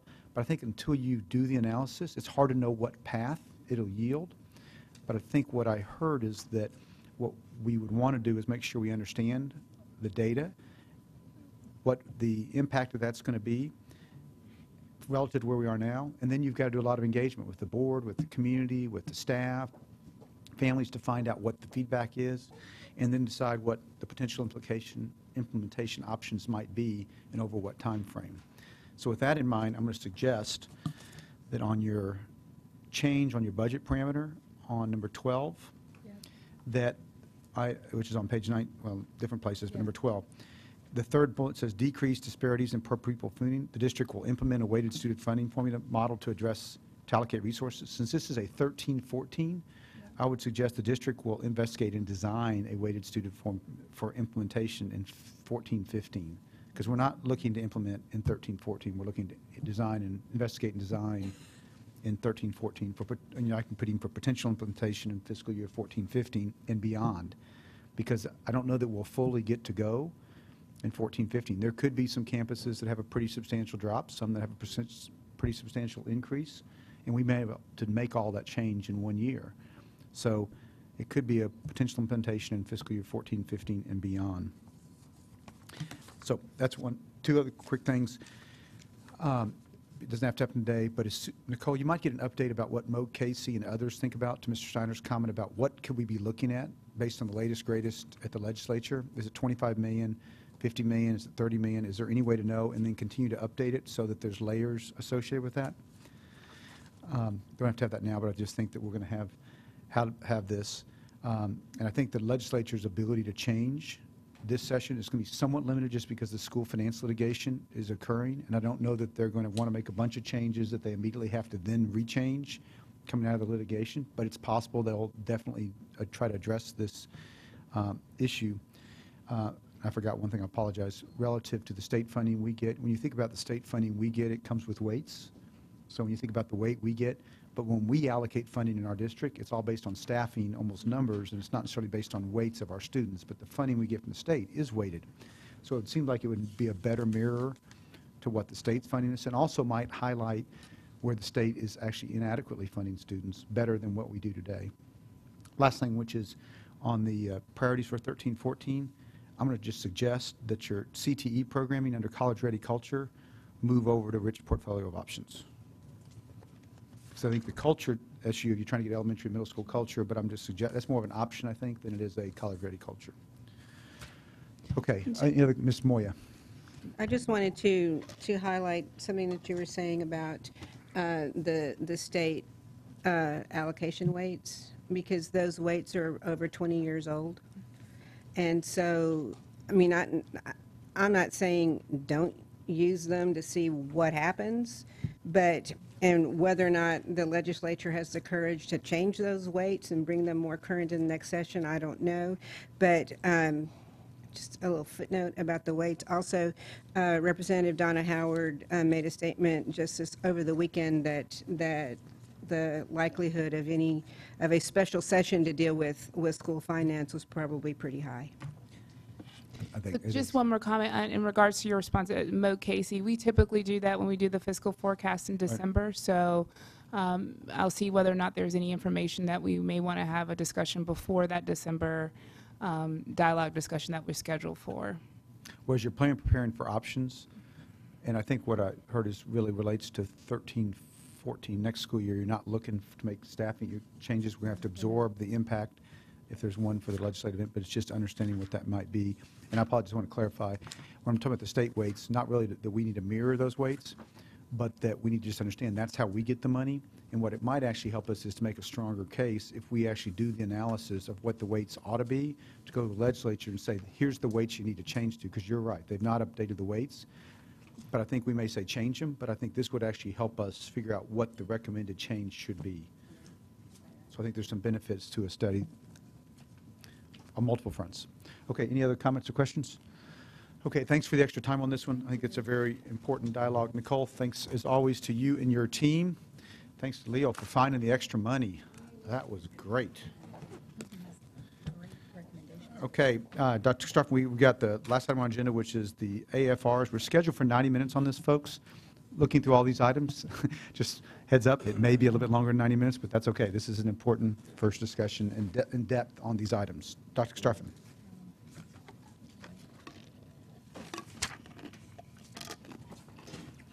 Mr. President and trustees, the next item on the agenda calls for a discussion and a review of some of the prioritization that the administration has done on preliminary 13-14 annual academic and facility recommendations for potential implementation in the 13-14 school year in preparation for action on December 17th, 2012 at your regular board meeting. In a moment, our Chief Operations Officer, Lawrence Fryer, will talk you through a brief presentation describing some of the preliminary work that we've done on the AAFRs and the process for developing them. As you consider this information, the administration asks you for your guidance and thoughts on some of the prioritization, especially just so that you know, we've tried to put things in 3 big buckets because we just don't have the capacity to do everything all at once. And as we try to unpack different scenarios and things of that sort, it just does require more time and energy. So that's in part why we're also seeking board support and guidance on possible changes to the facility master plan framework to permit more of a biannual rather than an annual cycle for AAFRs. We continue to learn about our process and the way that that we're working. It does take a significant amount of time to process through these, and it's becoming very difficult to be in an implementation year after a decision while also trying to run the next cycle for engagement. So, and I would say that it would also give the community more time to engage with us in working through some of these ideas.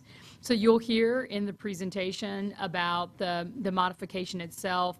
It's actually found on pages 7 and 8 of the framework, which you've seen before, but that's just for the public that may be looking at these documents.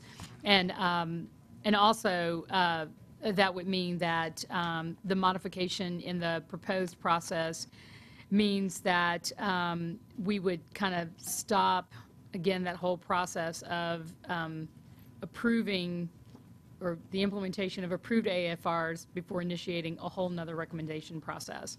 Now, I just want to be crystal clear that you know that there are things that that we are required to do, both at a state and a federal level, and even based on board policy, that may require that we bring things for action forward to the board because of our multi-year academically unacceptable school status for some schools, but also because the state, every legislative session makes changes, and we would have to adjust accordingly if commissioners' rules and other things were interpreted in certain ways that are different to our process. But we are recommending that at minimum, so that the public could begin to prepare that the board action on any proposed revision to the framework take place at the September 24th meeting, allowing the public to know that we wouldn't just jump into the next cycle right away. But all of our work that would be on the table, as we're discussing it right now, would continue throughout the next round of action if there was anything left over. So I'll ask Lawrence Fryer to please talk us through the PowerPoint, which will highlight in more specific ways the prioritization and some of the different program designs. Welcome. Paul Turner's here too. Hi, Executive Director, Facilities. Thank you. Good evening, President Williams, Board of Trustees, Dr. Karstafen.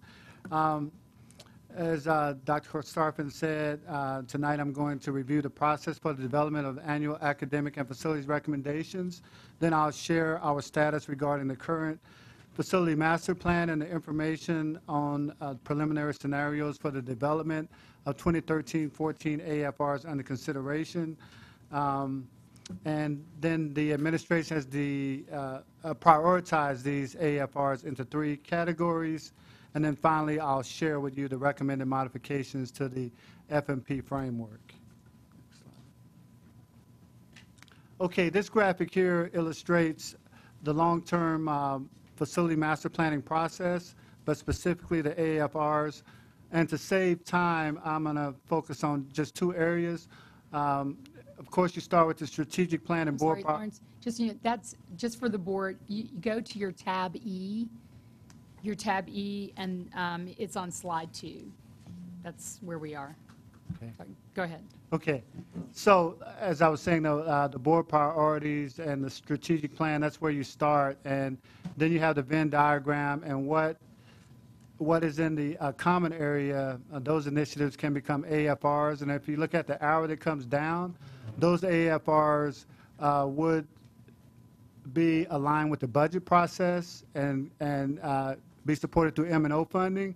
But if an AFR requires a significant capital investment, it would be following that path via operations and finance over to be considered by the Citizens Bond Advisory Committee for inclusion in the next bond project.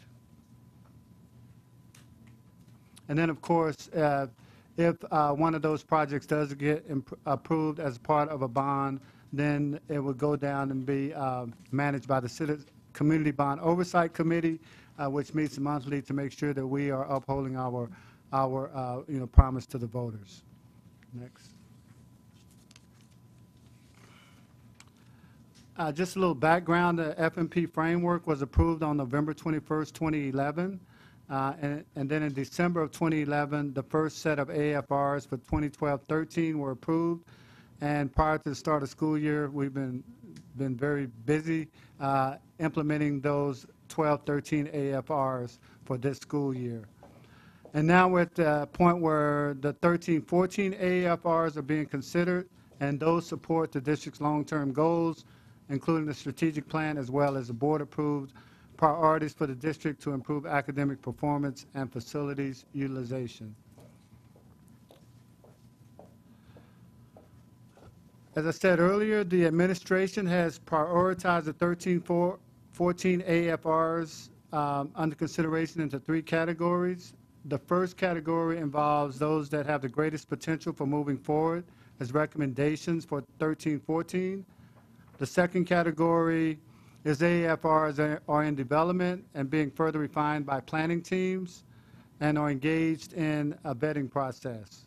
And then the third category are those AFRs that are being recommended for considerations by the Citizens Bond Advisory Committee for possible inclusion in the scope of the next bond program. So can you flip through to number 10? No. So that last slide in your package, slide 10, that just depicts the 3 categories, and I'm going to walk through each one of those categories, and then we'll finish up with this slide showing, what the breakout is amongst the AFRs.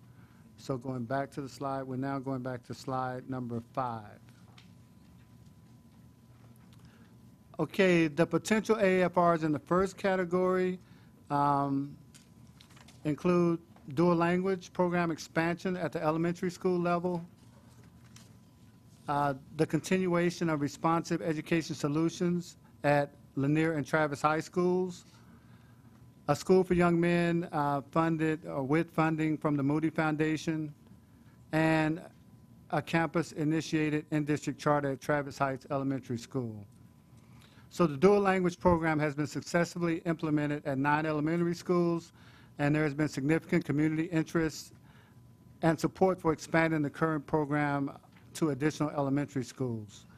The extension to the middle schools is on the long-range timeline, which is Exhibit B in your package, but that extension will not occur until 2015-16, when today's third graders will move into middle school. So we have the expansion and extension, and as far as the AFR moving forward, we're talking about the expansion at this point for elementary schools.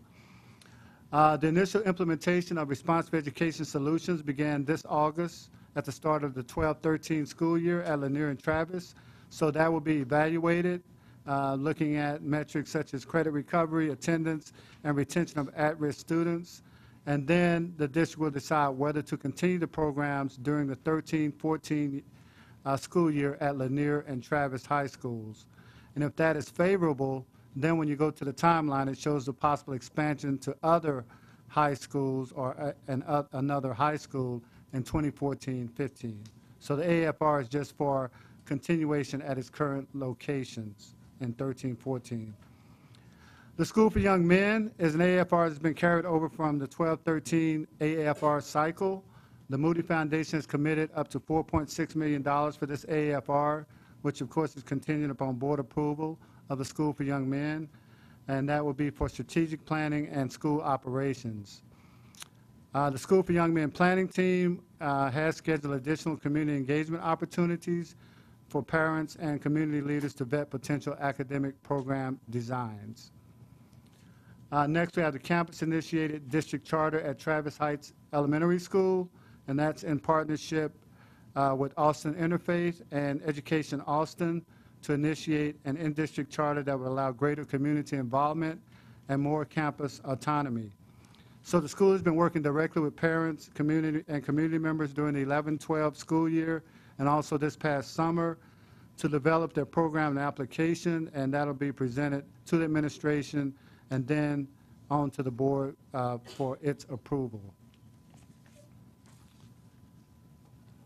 Okay, moving to the second category of AFRs, and that category includes Garcia and Pierce Middle School Program Design, District 1, Academic Programming and Facility Support for Eastside Memorial Vertical Team, South High School Land Only, which is through the 2008 bond program. So Garcia and Pierce Middle School Program Design District 1 is also an AFR that has been carried over from 2012-13 from that AFR cycle.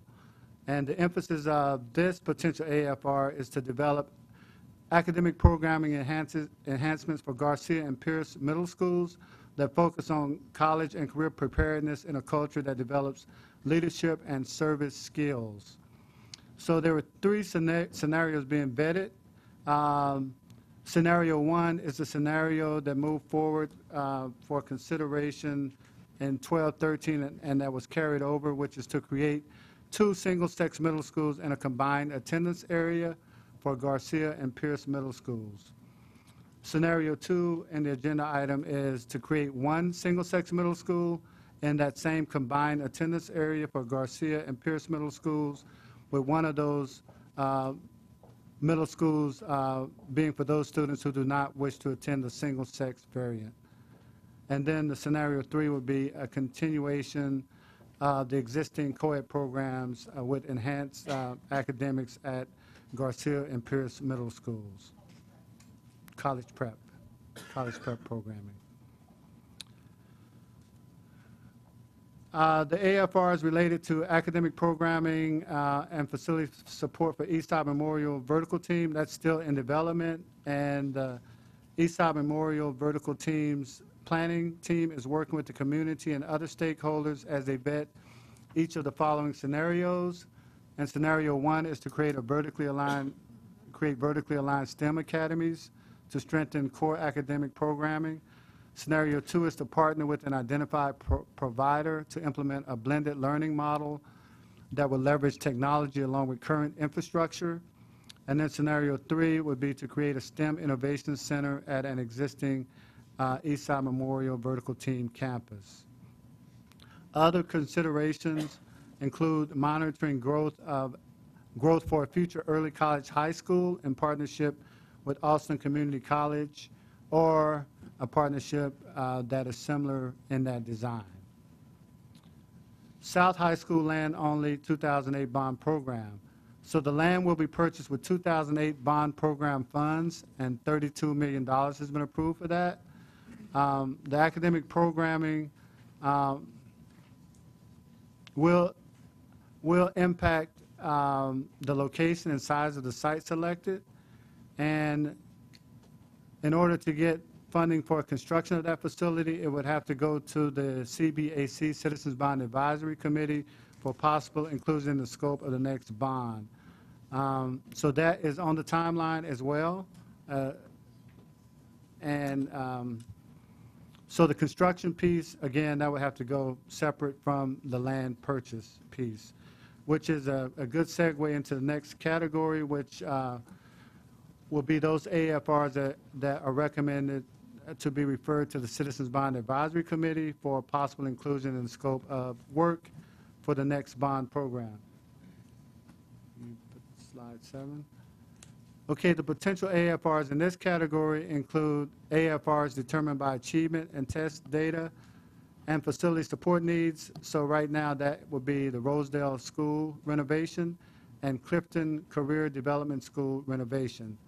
Also, the Fine Arts Program and facility improvements, and that's based on the Kennedy Center Fine Arts study results, and parity and technical for career and technical education, and then lastly, secondary athletic program and facility improvements based on program assessment results.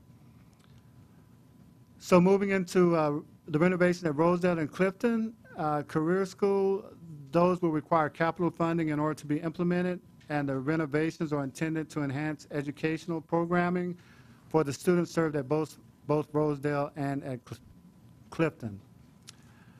The Fine Arts Program and facility improvements will require significant capital investment in order to implement the Any Given Child Learning Initiative that will improve student engagement and achievement by utilizing high-impact art strategies in the general classroom, developing community arts partnerships, and creating out-of-school time art experiences.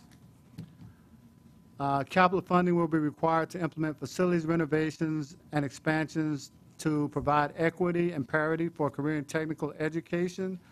The planning team is currently vetting and refining scenarios that will be referred over as the most feasible strategy for CBAC consideration. And then the secondary athletic program and facility improvements, those will be based on program assessment results and will require significant capital funding to enhance competitiveness with other Central Texas school districts and with large urban districts across the state. In regards to modification to the F&P framework, the administration is recommending the following modifications to the F&P framework. The main one is to create a biannual cycle for AAFRs, and that would allow for completing one cycle, planning and implementation, before moving on to the planning cycle for the next phase. So right now, we're doing both at the same time. And again, if we were able to complete one full cycle before initiating the other, that would help address capacity issues within the administration. As Dr. Karstafen said, if there are any out-of-cycle interventions needed during that biannual process, AI local accountability policy allows for support to schools that require academic intervention. And also, additionally, this modification still recognizes the fact that the annual budget cycle provides an additional opportunity to address initiatives and priorities on an annual basis. Next slide. So our next steps in the AFR cycle include board action recommended on the F&P framework revision scheduled for September 24th, 2012. In addition, the proposed schedule for board discussion regarding potential 2013-14 AFRs is as follows. October 1st and October 8th would both allow for continued discussion on preliminary scenarios for the development of the AFRs. And November 12th and December 3rd would be discussions on the draft scenarios for the AFRs. And then on December 17th, there will be time for discussion on the 13-14 AFRs as well as board action. Next slide. Next. Okay, and lastly, this slide depicts the administration's preliminary scenario for the development of the 2013 AFRs. That concludes my presentation, and we're available for any questions or comments. Thank you. Right, and I want to take a moment to just make sure the board knows what's behind each tab. That will be helpful for your discussion. The agenda item, we deliberately designed it in that way so you could see each one. We structured them exactly the same. That describes, the general delivery model and the scenarios and any essential pieces of information that I think you are all very aware of, but we tried to put them all, kind of in a coherent order. Under tab A is this, while we have the big PowerPoint, it captures all of it on one slide, the three different buckets. what we did not spend as much time on in the presentation, but I absolutely want to highlight what's behind tab B. It is the 10-year academic and facility master planning timeline. So I understand, I think this whole board, like me and like everybody in the community, really hoped for a facility master plan, right? We know that mostly because of the legislature and our budgets and the fact that, you know, there's only so much we can put on our taxpayers at any given time, given that we have to work with so many different entities, that coming up with a tight, you know, this is the facility master plan and no flexibility in it probably would not serve us well right now. So what we've worked out to do is over those, it's about, I'm going to say 6 pages, is look out over a 10-year time frame at what the district could look like given some of our decisions that we've already made, and that's embedded in the back. But it starts with, on page 1 behind tab B, the ones that have the greatest potential for moving forward, and we crosswalk them for 10 years to the best of our ability. Then if you flip the page, the ones that are in the vetting process, recognizing that while we are asking for a biannual process, that we have things in the hopper already, and we will commit to continue vetting and working those through and bringing those to the board's attention for potential action when they're, you know, ready for prime time. Then you have on page 3 the things that could possibly be referred to the CBAC for inclusion in the scope of work for the next bond program. Then, starting at the very bottom of page 3, the enhanced portfolio of options, which is one of your priorities. We take each thing that, as things have, you know, been approved, and start crosswalking those, you know, through 10 years as well.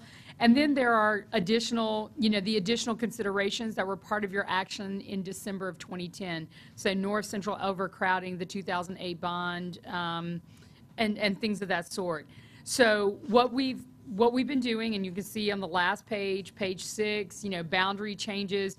What we're going to do is we're going to go through and track each one as, you know, as it happens or can happen, and walk these through as well.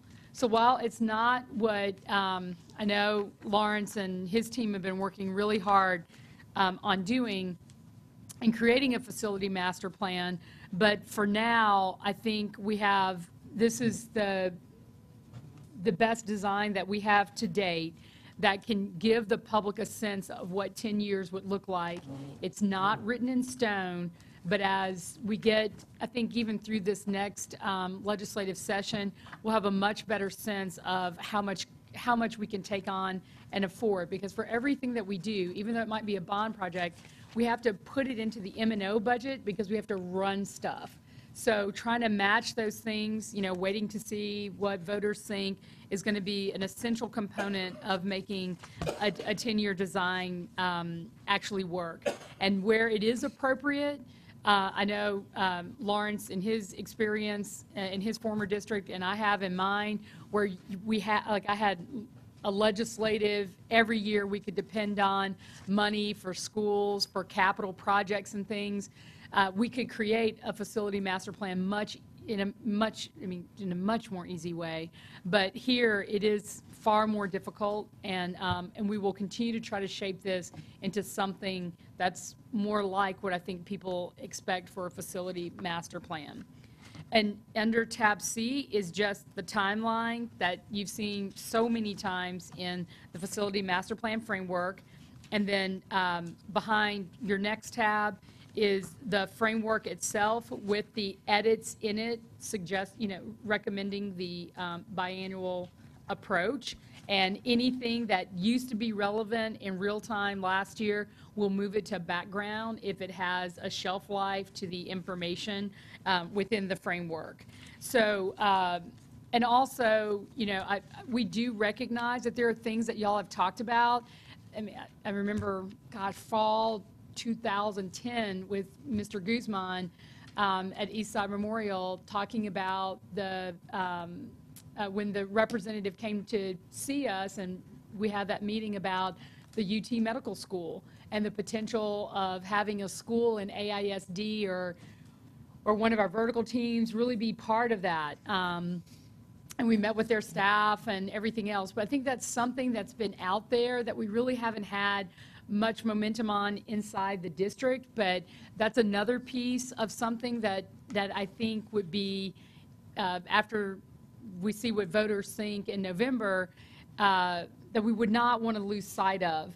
Also, ACC has been very open with the district, would love to see us do an early college high school on an ACC campus where appropriate, if we had growth in student numbers in any particular area. So I know there are other things out there. They're just not fitting neatly into anything right now, but we would very much so like to see things like that on the table as well. But Mr. President, trustees of the board, our two questions tonight are you supportive of the adjustment in the framework, recognizing that we might have some, what's the term, Lawrence, out of cycle needs, both because of priorities and initiatives, but also for accountability? And then do you have any thoughts about the prioritization, the 3 buckets, and any specific things about scenarios that you'd like to share too? Thank you. Okay, let's open up, but let's first just to knock it out, because I think we can go on. The AFRs, if you look at the page 9, I'm sorry, page 8, page 9, on the very last of the presentation, the proposal is to do a board action on the framework revisions, and there'll be multiple conversations for the AFRs over the next couple of months. So I think from the standpoint of what's more time sensitive, it's just saying, are we comfortable with the revisions to the framework, which we'll get to the other stuff as well. So I want, in Dr. Christopher's concept, which Lawrence mentioned, about more of a biannual type cycle, just because the workload is so heavy, but there will be annual revisions. And if you look at, again, under tab D was the proposed revisions to the framework. So let's first get reactions to that concept and feedback on that. So that might be prepared for board action at the end of this month, and then we'll get to the individual AFRs and the categorization of those. Ms. Barksdale. I support lengthening the framework to biennial. Is that, I'm saying that right? Mm-hmm. Biannual, rather than what we're doing now. Yeah, Biennial, I don't know. it's definitely Every fresh. other year. Yeah. Yeah, I support that. Ms. Moya. I support that as well. It just really makes a lot of sense. It's obvious that the way we have it right now is just a constant overlay on staff trying to get everything done. So I think it makes perfectly good sense. So I do support that as well. Other thoughts? I mean, I think what you heard, Dr. Christopher, there's things in the queue that got to get processed, so it's not a matter, it's a transition to get there. So the things in the queue, it's not, nothing will get done the following year, but then after that, try to move that. Ms. Bradley. Dr. Christopher, could you explain to me how that would impact the discussion with the single-sex schools? Because if I'm not mistaken, we were still talking about having that come before the board in December, not the next year, but this December. So can you talk to me about that? Well, first, anything that we're discussing today, I mean, the ones that are, on the table today, the administration has every intention of honoring them, like continuing the vetting, making sure we do recommendations, even outside of what of that one in particular. If there's anything else that continues to, anything that has to move to the next year for whatever reason, these are of priority because they did come through the vetting process earlier. So we will just keep working those through. I would think of them as being grandfather claused in or something. Anything new to this process, that's where we're saying we're going to try to do the biannual piece. It's just like, I don't think we can put any news cycle on what we're doing right now. And as you can see, I think there's like 12 concepts floating out there, and I know, and like I named 2 more that I knew were out there, but they never really surfaced anywhere. So, so we are committed to seeing through December, absolutely, and then and continue to work through anything else throughout the spring and bringing things forward as appropriate. But, you know, I do understand that there's going to be a little bit of a transition period for us to get there. But I don't want to bring anything new on. That's the part that's killing us on capacity. Okay, then I guess I was having a hard time seeing it in what's here. It's not on anything that's here for discussion tonight. Where we're feeling the pressure is as we look to bringing on new things for the future. We need, whatever we decide, we need another year of allowing us to implement before we bring something new to the table to the board. So this wasn't new. No, but I'm it was still not. not understanding why I'm not seeing it reflected here. I see it as something that could, instead of when we had originally discussed it, it was something that would come before the board in December, unless I just totally missed something. Well, Just what- totally missed something. Okay, so the biannual process, I think, is totally separate to what I think now I understand that you're asking. As far as it relates to District 1 middle schools, Pierce and Garcia, what I said after the last time the board had a discussion specifically about scenario 1 is that if we're going to, there's no way that the administration could be prepared to bring anything for action until, especially answer all the questions that the board had, and other scenarios that Ms. Lavoie recommended and questions from Mr. Williams. I needed time to do all that. I cannot do all of that in short order. It is a lot of work. So, You And so my- received that, so we understand that. Right, so what I But was- the vote was supposed to come in December still. This would come to the board in December. So what I a don't see. recommendation for District 1 middle schools, we're working on a recommendation for December. That is true. What I said is if we're doing scenario 1, if the decision of this board and this community is that it's scenario 1, given where we would be in the year in December, that the implementation year would be 14, But 15. Dr. Kirstoff, and I said the same thing too, so I know that if the recommendation were for the single-sex school, that the implementation year would be 14, 15. Right? Okay, what I'm saying, what I understood would be that we would continue to vet the process, but the recommendation would come in December, not 13, 14 for 14, 15. It can. The way we just did our buckets, we can add another bucket to make it super clear. The bucket that we described is for implementation in 13, 14. So the way we did our bucket for the first one is moving underst- forward as a recommendation. I understand that, Dr. Fajon, but, Dr. Fajon, oh, gosh. There was a Freudian slip. My head hurts. I have a serious headache. If I'm not mistaken, and this is why I continuously ask, are we on the same page? So that there cannot be, me going out into the community saying one thing, and then there's something else being said too. So I don't want my community to think that I'm not being upfront or honest when it may be just the fact that I'm confused about what the discussion was. So again, I say, when we look at this bucket and we talk about recommendations that could come forward in December, this is not one of them. So what are we saying?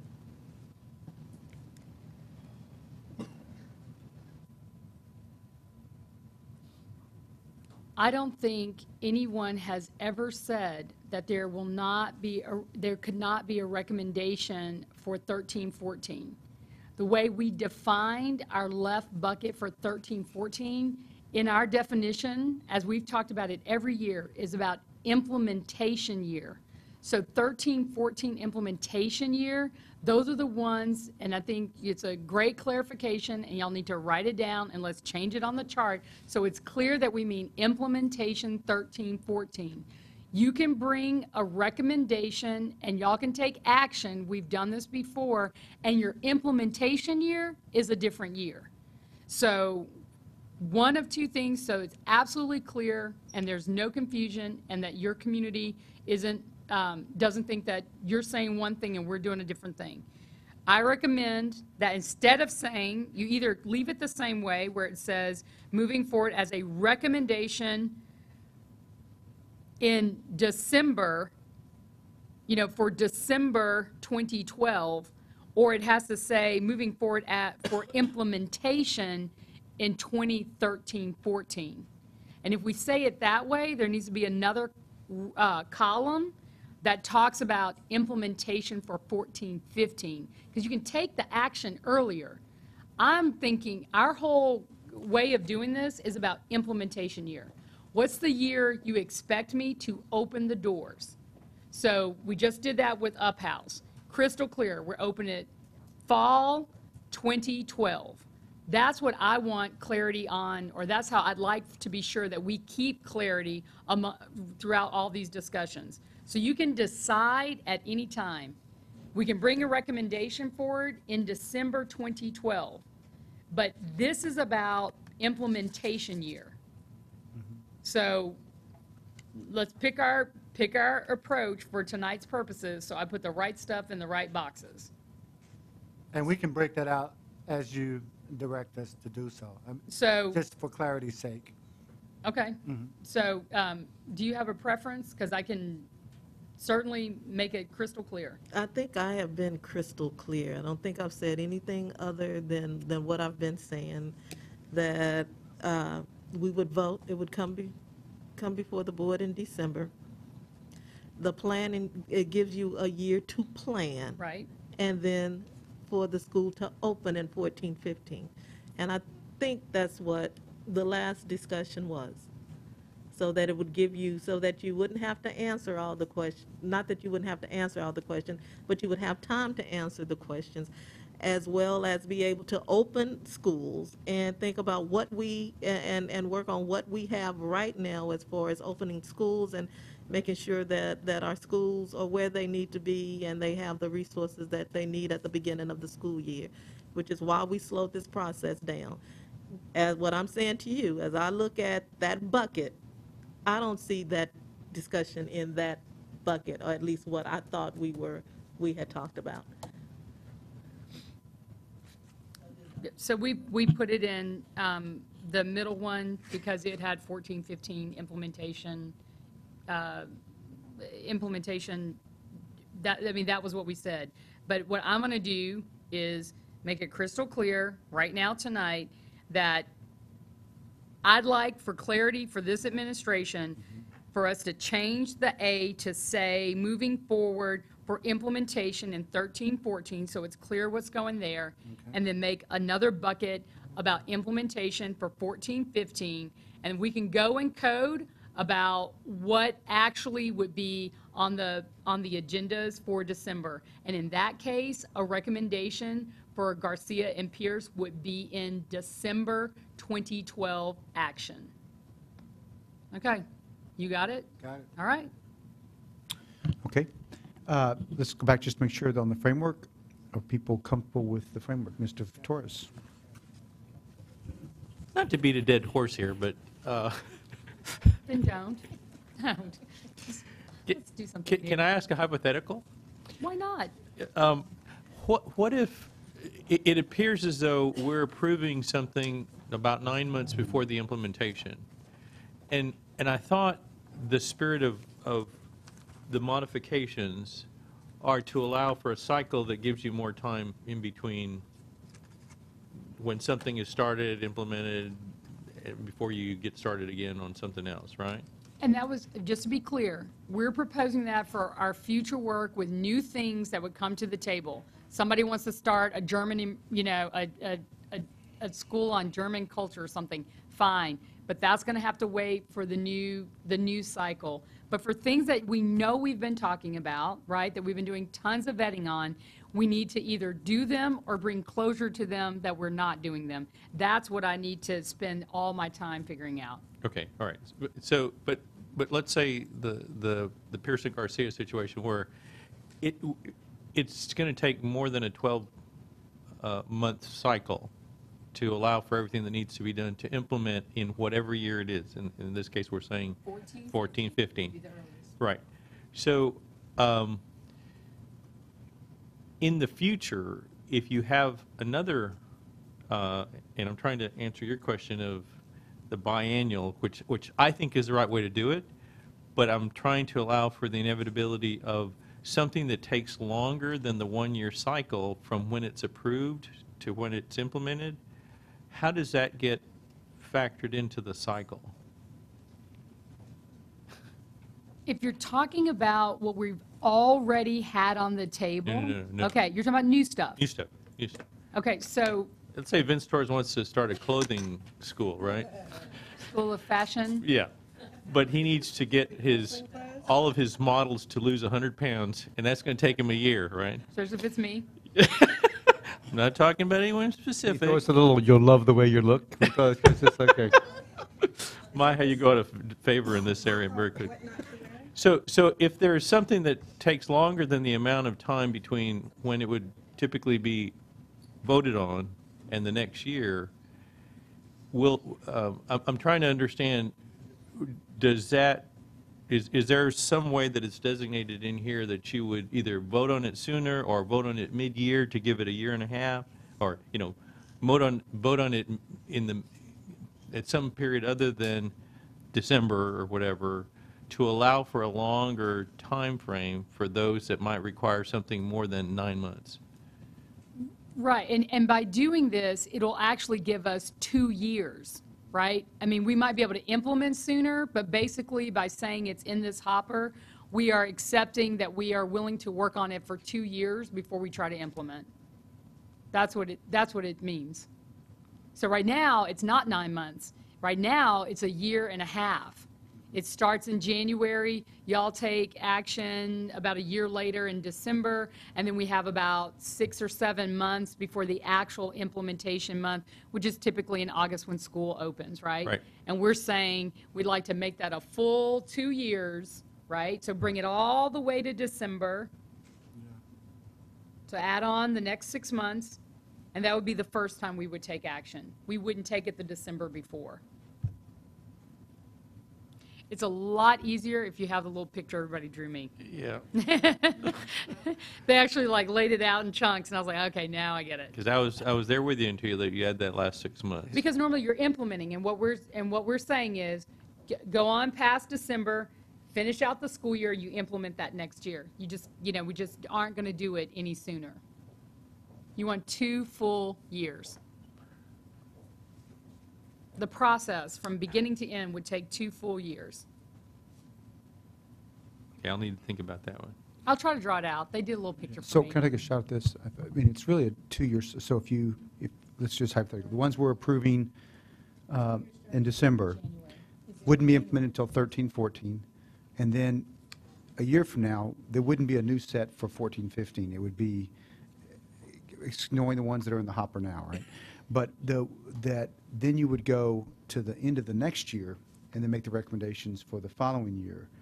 So you're trying to get a full period of 20 months for both recommendation, investigation, recommendation, and implementation before you bring the next cycle forward. So it's really a 2-year cycle that allows for, say, from December of this year, of any year, to 6 months before you implement, full year to implement, and then the end of that December, the next year you bring recommendations, except where you have some you think are either compelled by academic issues, AI policy, or might be some. So it really, I think what it is there's a throttle to lower the volume, because it feels like if you do this annual cycle, there's just too much every year. And I think that's, I'm not sure you need policy as much as you just got to throttle back a little. No, you don't have to explain the reason for it. Yeah. I understand that part. I'm still trying to understand, because to me, the variable is, what if a scenario requires more upfront conceptualization, or working with the community, or whatever, but maybe doesn't require as much. I mean, once you decide, you could actually implement it in 4 months. all I'm trying to say is where in the process does it allow for flexibility in the amount of either upfront planning or post-approval planning or whatever, to where the process recognizes that and allows us to take action at whatever point in time it's necessary to still make that implementation year that is assigned to that item. Yeah, I think what we were trying to do is to keep it clean with the public so that, and recognizing that, anything new, you can anticipate, those 2 full cycles, right? And then I get my time to ramp up for the start of the school year. But that, what I would say is that we have a policy that already says you're not supposed to make any big changes, or y'all don't approve any changes or support any changes unless it's something we're required to do by state or federal accountability. Anything less than, 1 semester. So what I think would be good is if we were in the habit of December always being that time frame where, like, if anything's coming up, that's the time frame before we leave for winter break. If you haven't decided by then, you wait completely until the next thing, and you're trying not to do anything before that next December. And like I said, I do think there are going to be, some things that come forward in the things that you described, but if it's that important, or if it needed more vetting time or something, those are things that we would be talking about, that would be public, and people would anticipate that while it's something we really support, we need time, and you can anticipate that before we end the school year, we'd like to bring this forward. Sometimes it's tied to, like, grants, Right, like the exactly. state Exactly. says, you can, some of our schools have gotten several millions of dollars in recent years because of the, what are they called again? That grant. So, because you're required to do it. So Right. we might see some things like that emerge. But those are things we'd have to bring forward and really educate y'all about and move on, at the appropriate clip. So, but I'll take your comment, and we'll go back and noodle on it before. Yeah, if we're going to before modify September. this, I think to me, the flexibility in having the policy reflect that there may be some situations where, for a variety of reasons, and you guys have just mentioned a couple of good ones, that it's not going to be exactly on schedule to when we need to vote, but it may need to slip a little bit one way or the other, but that doesn't necessarily mean it either throws it out of the water, or it may throw it out of the water. But it should, if we can address that in the policy, I think it would be in the spirit of what you're trying to accomplish, which is The framework. the framework. Yeah. That some things are going to take longer than what we've been planning for, and I perfectly understand why. I think you guys have been killing yourselves on some of this stuff. But I'm still trying to allow flexibility for those things that may need some wiggle room in the time frame that it takes to do certain things, but you still may be able to do it all in the 2-year period. Yeah. Thank you. And Trustee Torres, as you're aware, but with your background, those that go over to the capital side, of course, those will be extended out for multiple years. Okay, thank you. Okay, other questions or comments about the framework? We'll get to the AFRs. Ms. Schneider. Yes, Dr. Christopherson, thank you for your earlier comments on the facility master planning process. I've had major issues with the use of that term. To me, a facility master plan, or including a facility master plan somewhere in our title, implies that we've got a goal and an objective to get to, and our current process is just dealing with individual issues, whether they're academic-based, some of them are facilities, but, there is no long-term plan. I think the step that's included in tab B, addressing boundaries, is one part of that. But I don't see anything regarding other facility uses. We have a lot of facilities, probably too many to continue operating the way we are. We have a lot of antiquated facilities that basically we need to decide something major we're going to do about them, or if we can afford to continue operating them. And I don't really see, where that discussion is taking place. And I think that if we continue to use facility master plan, that we're doing ourselves a disservice and creating a problem because we don't really have an end goal in mind at this point. So I would encourage you, I'm in favor of stretching things out to 2 years to begin with, but I would encourage you to rethink the way or the description that we're using in getting to that point. Something else I'd like to see included in this 2-year process that we don't have right now, at least in my opinion, is enough transparency. We have the individual working groups that are going out to take a look at, you've got a facility master planning working group, you've got a boundary working group, you've got working groups for each one of the AFRs that were listed here. Yes, those are public meetings, for the most part, that you've posted and people can attend, but there's not the degree of public input and public perception that I think this community has set a standard for in the past, and I really think we need to find a way to address that particular issue. I mean, just, hey, here's what we're talking about, we want to hear what you have to say, or we want to make sure you know what we're saying. So I would encourage you to find a way to include that in that particular process. Yeah, and can I just say, we only have one work group, right? I mean, that is like that's where all the, like, just papers and stuff get collected. Everything bubbles up. So we want to try to keep up with what all the advisory committees are doing. So there's not more than one work group. It's the meetings I do to make sure I understand. Albert Hawkins comes and he talks about what's happening in the CBAC, the head of the Boundary Advisory Committee. So let's not forget, all of that stuff is totally transparent. We're not doing any process that we didn't approve, meaning they have a charge, they have objectives they have to meet, they have to have public comment at their meetings, and so on.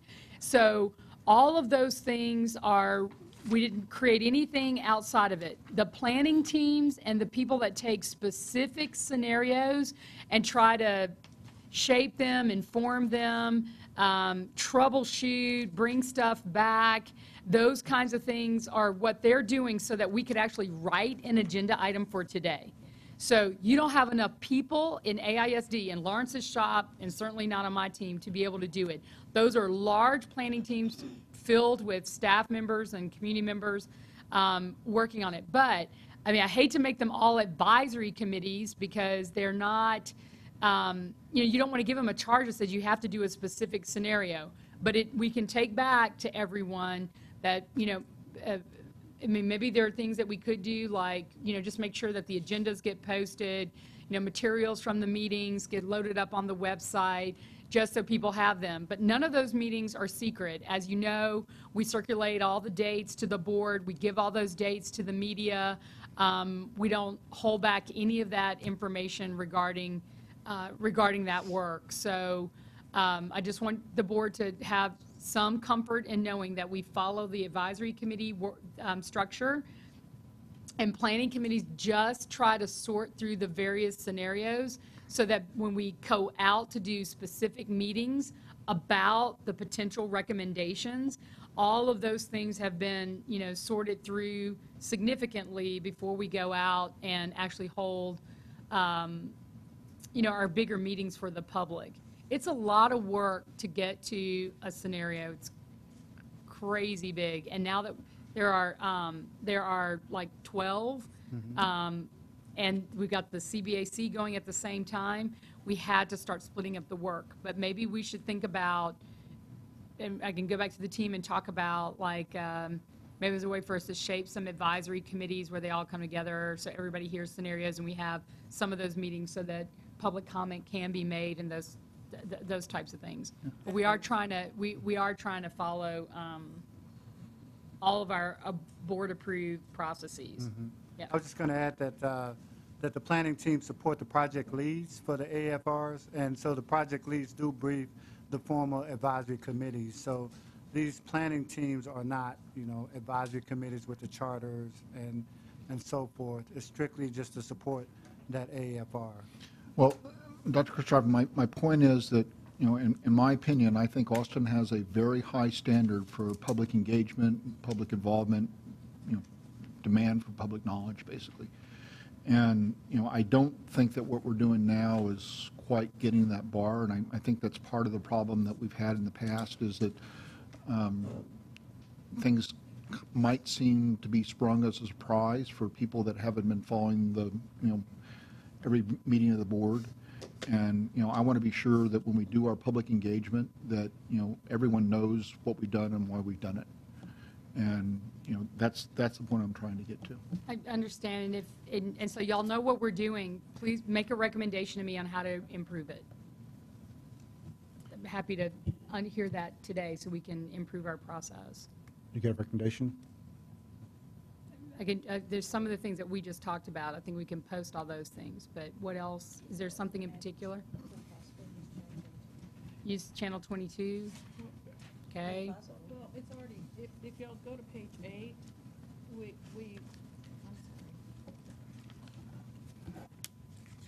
You go to page 8. It talks about the planning, community engagement implementation process, and maybe if we all take a look at that and see if there's something lacking, but I think it's a start, and I think it addresses. You're talking about Exhibit B?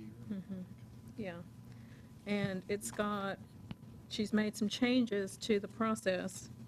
And then there's also some community engagement touch points on page 9.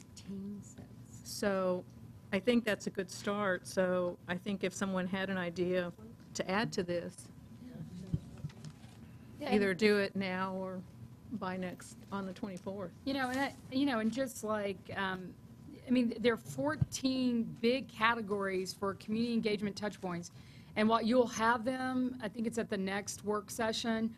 We're trying to collect all the work that we've done. But, I think, Ms. Bradley's alone for one scenario for District 1, Pearson Garcia has already had 30, community engagement meetings since we started. And so I do understand the Austin community, desire for engagement, totally support it. I think it's unrealistic to think that for all the things that people talk about and would like to see come forward at the level of engagement that it requires, that we have enough capacity to do all that. So it's either, we're making changes right now in the framework for this reason. Can't do it enough for every single one at the level that, despite our efforts to really get out there and engage and do it in multiple venues, it's almost as if unless individual people weren't there at all of them, then it didn't happen. So, but I look at just that one scenario, there's at least 30 touch points with hundreds and hundreds of people having been involved. And that's just one. That's just one. And so I know, but I agree with Ms. Brister. If y'all could look at that and please let me know how you'd like to see that changed. We can make those changes and certainly put them in the framework for the administration to be required to do. Ms. Schneider. Dr. Sharfin, I agree with your earlier points about putting things on our website and some of the other comments that Ms. Moya made and Ms. Brister made. I would like to see those kinds of things done. But just to take as an example, you gave us this individual document this past week, I believe it was. We try to update it every Okay. week. So for all of the AFRs that we're discussing, whether it's one going forward or whether it's all 8 or whatever, we have citizens communications at 4 board meetings, where we give 2 minutes to a maximum of 30 people. And then we have a public hearing on the 30th of October and a public hearing on the 19th of November, where we're going to listen to folks. Though, if it's similar to what we did in the past, we're talking about 2 hours probably, where maybe a quarter of the time is going to be taken up by you or staff or somebody making a presentation on what all the AFRs are about. I don't know what the plan specifically is yet. I'm basing it on what I've seen this past summer, was it? Ms. Bradley, you and I were there. I'm not sure. I don't remember.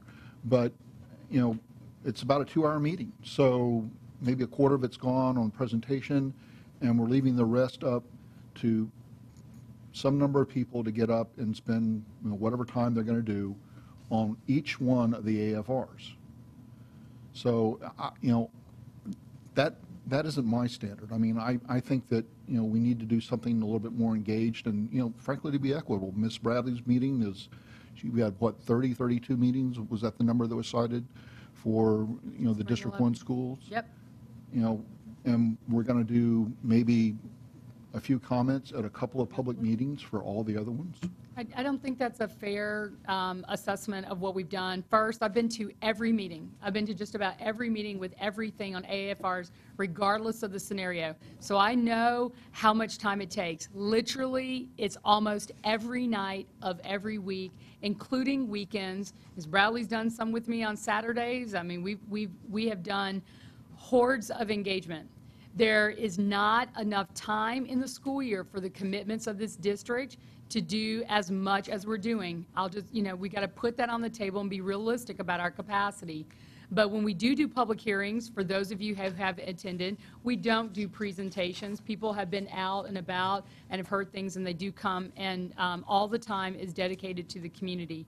But the other piece is, I mean, just to the two that, you know, been most engaged with, you know, most recently, but you know, that's the leadership of the trustee. That's the trustee working very closely with us, trying to do the right amount of engagement for and with, you know, the community. When trustees work hand in hand with us, we can make more things, you know, happen, and it doesn't necessarily require that staff is doing every single bit of it. You know, if there's one thing that I would encourage the trustees to do is if you'd really like to learn what your communities think about stuff, you are welcome to hold more public hearings in your communities and host them. I host administrative ones. I don't ask the board or require, you know, it's not something that's required for the board to attend. These are what the administration do so that I can be informed to change what we're doing. But if you'd like to have more meetings in your trustee district, you are free to do that. You just tell us, we'll make sure that we, you know, reach out and get people the information, and the trustee can be there, as I have seen, really, you know, being engaged and talking to their community about the issues that are important to them. And, you know, we can try to, you know, provide support staff as we have to collect the information. But it does require that a trustee, you know, works with us and, you know, works through the issue with us in their school community so that we can really plan. But as far as the administration is concerned, I mean, we're using every night of every week, including weekends, for as much as we can actually plan for people to come and inform these AFRs, at least with the time that we have. And I think anybody, either in the public relations office or the facilities office, knows they're not working less than 18 hours a day, and they're constantly 110% present at any of the engagement meetings that we're doing. So I don't know how else to, you know, squeeze time out of a rock, but I like the idea of maybe it's we use more of the social networking tools or Channel 22. I mean, these are things that you know, we could kind of get more information out, even if we can't necessarily engage directly. But that would at least I think help in that respect. And but there's not. I mean, between CBAC, CBOC, BAC. I mean, they're every night. Every night they're working with the community to figure all this stuff out. So. The next best capacity I have are the people sitting at this table. And, you know, and welcome folks putting that stuff together and being there representing the district. That would help us a lot. Mr. Turner? Well, Dr. Schorfen, I'm not trying to degrade the amount of time that either you or your staff is putting in on these. I know, you know, there have been multiple times when I've come down from a board meeting, committee meeting upstairs, that I run into Lawrence or somebody outside that, and I know you guys are putting in the time. Could have been. But, you know, I'm just saying that, you know, I think that if we're going to do these AFRs, that we need to be make a real effort to inform the public more about what we're doing and why. And, I would encourage you to look at, any of the stuff we talked about here so far, whether it's a web or Channel 22 or whatever. But, I really do think it needs to be more than what we've got on that one particular page and what we got last week.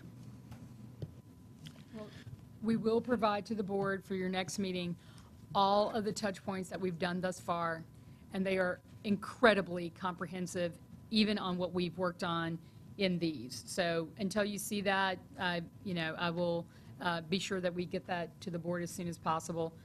Wasn't going to have them for tonight, but just wanted to focus on the content first. But we will have those, and continue to consider other ideas to do more engagement. Mr. Guzman. We've talked about community communication and engagement forever. And I'm almost feeling that we need to let the community tell us what is adequate, what is acceptable. How much do they want to hear? Obviously, it has to be in the context of what's manageable, given the staff time and so on and so forth. So that they tell us this is what we want, this is what we like, this is what we will accept as adequate. And it's never enough, obviously. I mean, communication is fleeting. I mean, you can never communicate enough. But at least if we get a buy-in from the community about what is acceptable to them, because we do that with other things, when we're trying to figure out what is it that the community needs and wants. To get a buy-in from them, maybe we need that kind of effort. And again, it's a mammoth effort of itself, but at least we would get a buy-in, and that way we'd know.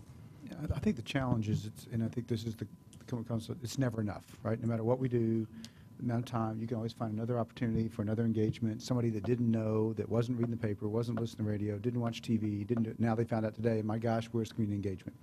And I think that's the judgment of the board. At some point, is you have to make a decision if something comes before you. Do you think you had enough information to be able to make a decision?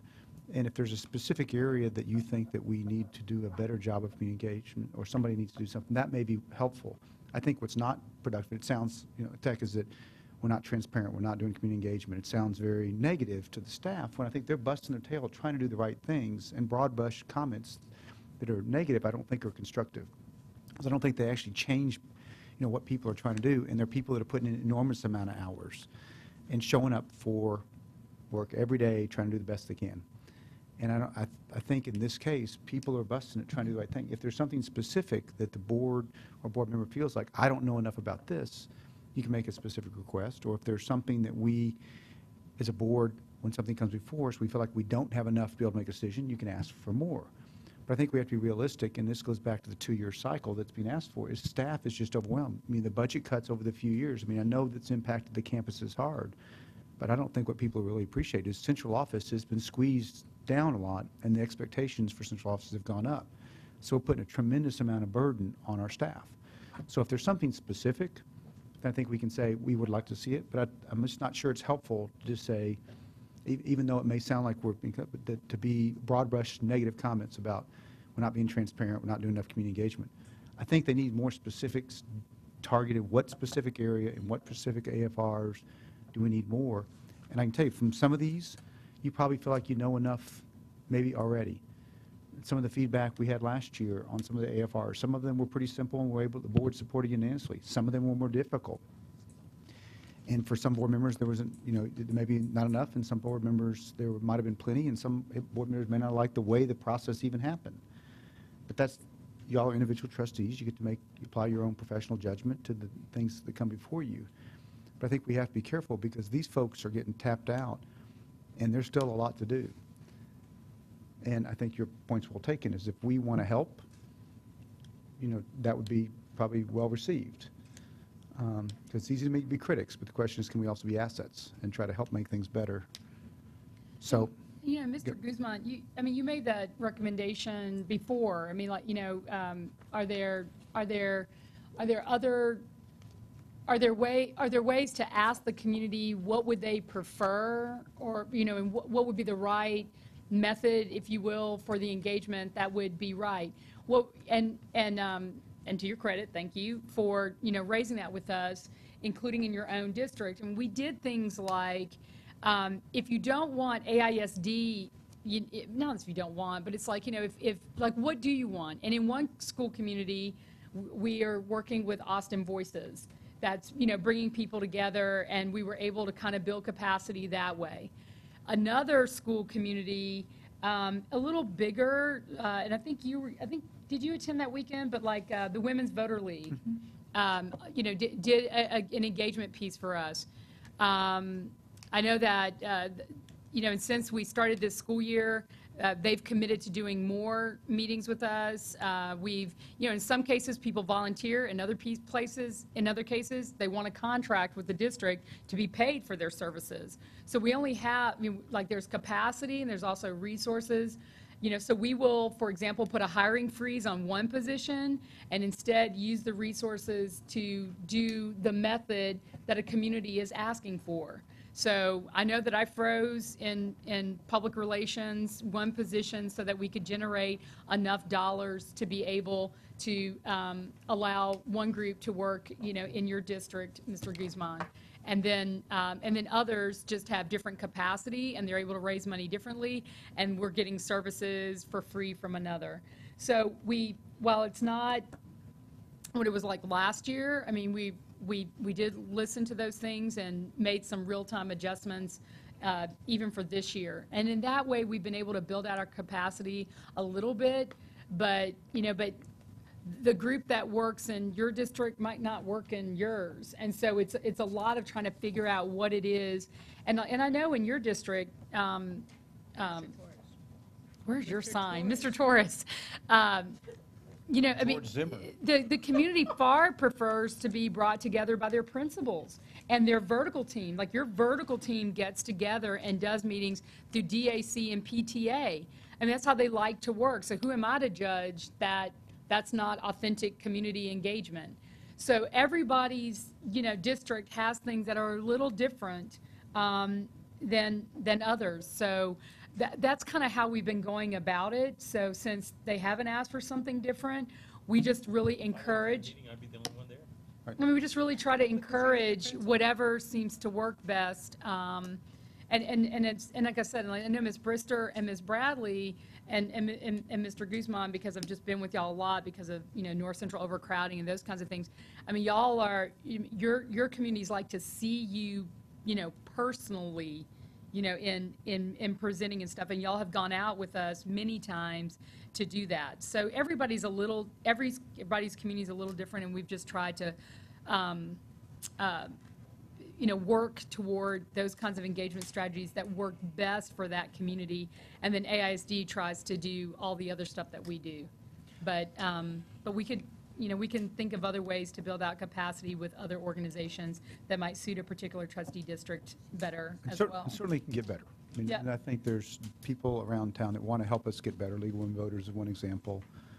City of Austin, Larry Schooler and his team has got ways that they've done it. The use of Austin Voices, that UT group, dispute resolution group's got, I mean, there's lots of ways to make it better. But it's got to be an efficient use of time, because at some point you run out of capacity. Right, and So- like Education Austin Interfaith have been key partners in us working on one particular AFR, where they've been pulling together school community folks. So, and that's just one particular AFR, not an entire community. But we've been doing it anyway, or trying to change our ways to suit best whatever the issue is, not do the blanket approach. So as we go through these, which we haven't taken, when we go through each individual one, if you think there's a space where there's community engagement has not taken place the way you feel like it needs to be, point that out specifically, if we can do that. So let's just, before we can try to wrap up this framework, are there any other feedback on the framework itself and the proposed change to somewhat of a biennial cycle and the changes that are listed under tab D?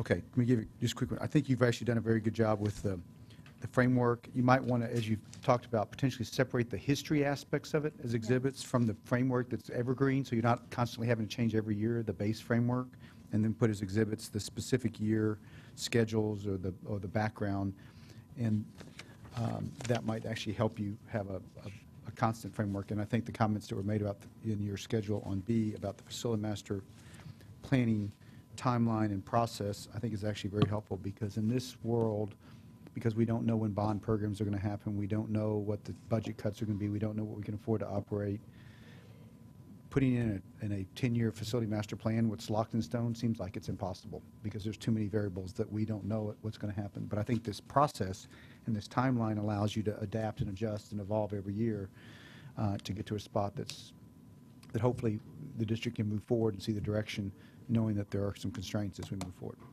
Okay, so now thank you very much for that. Look forward to the action on 24th.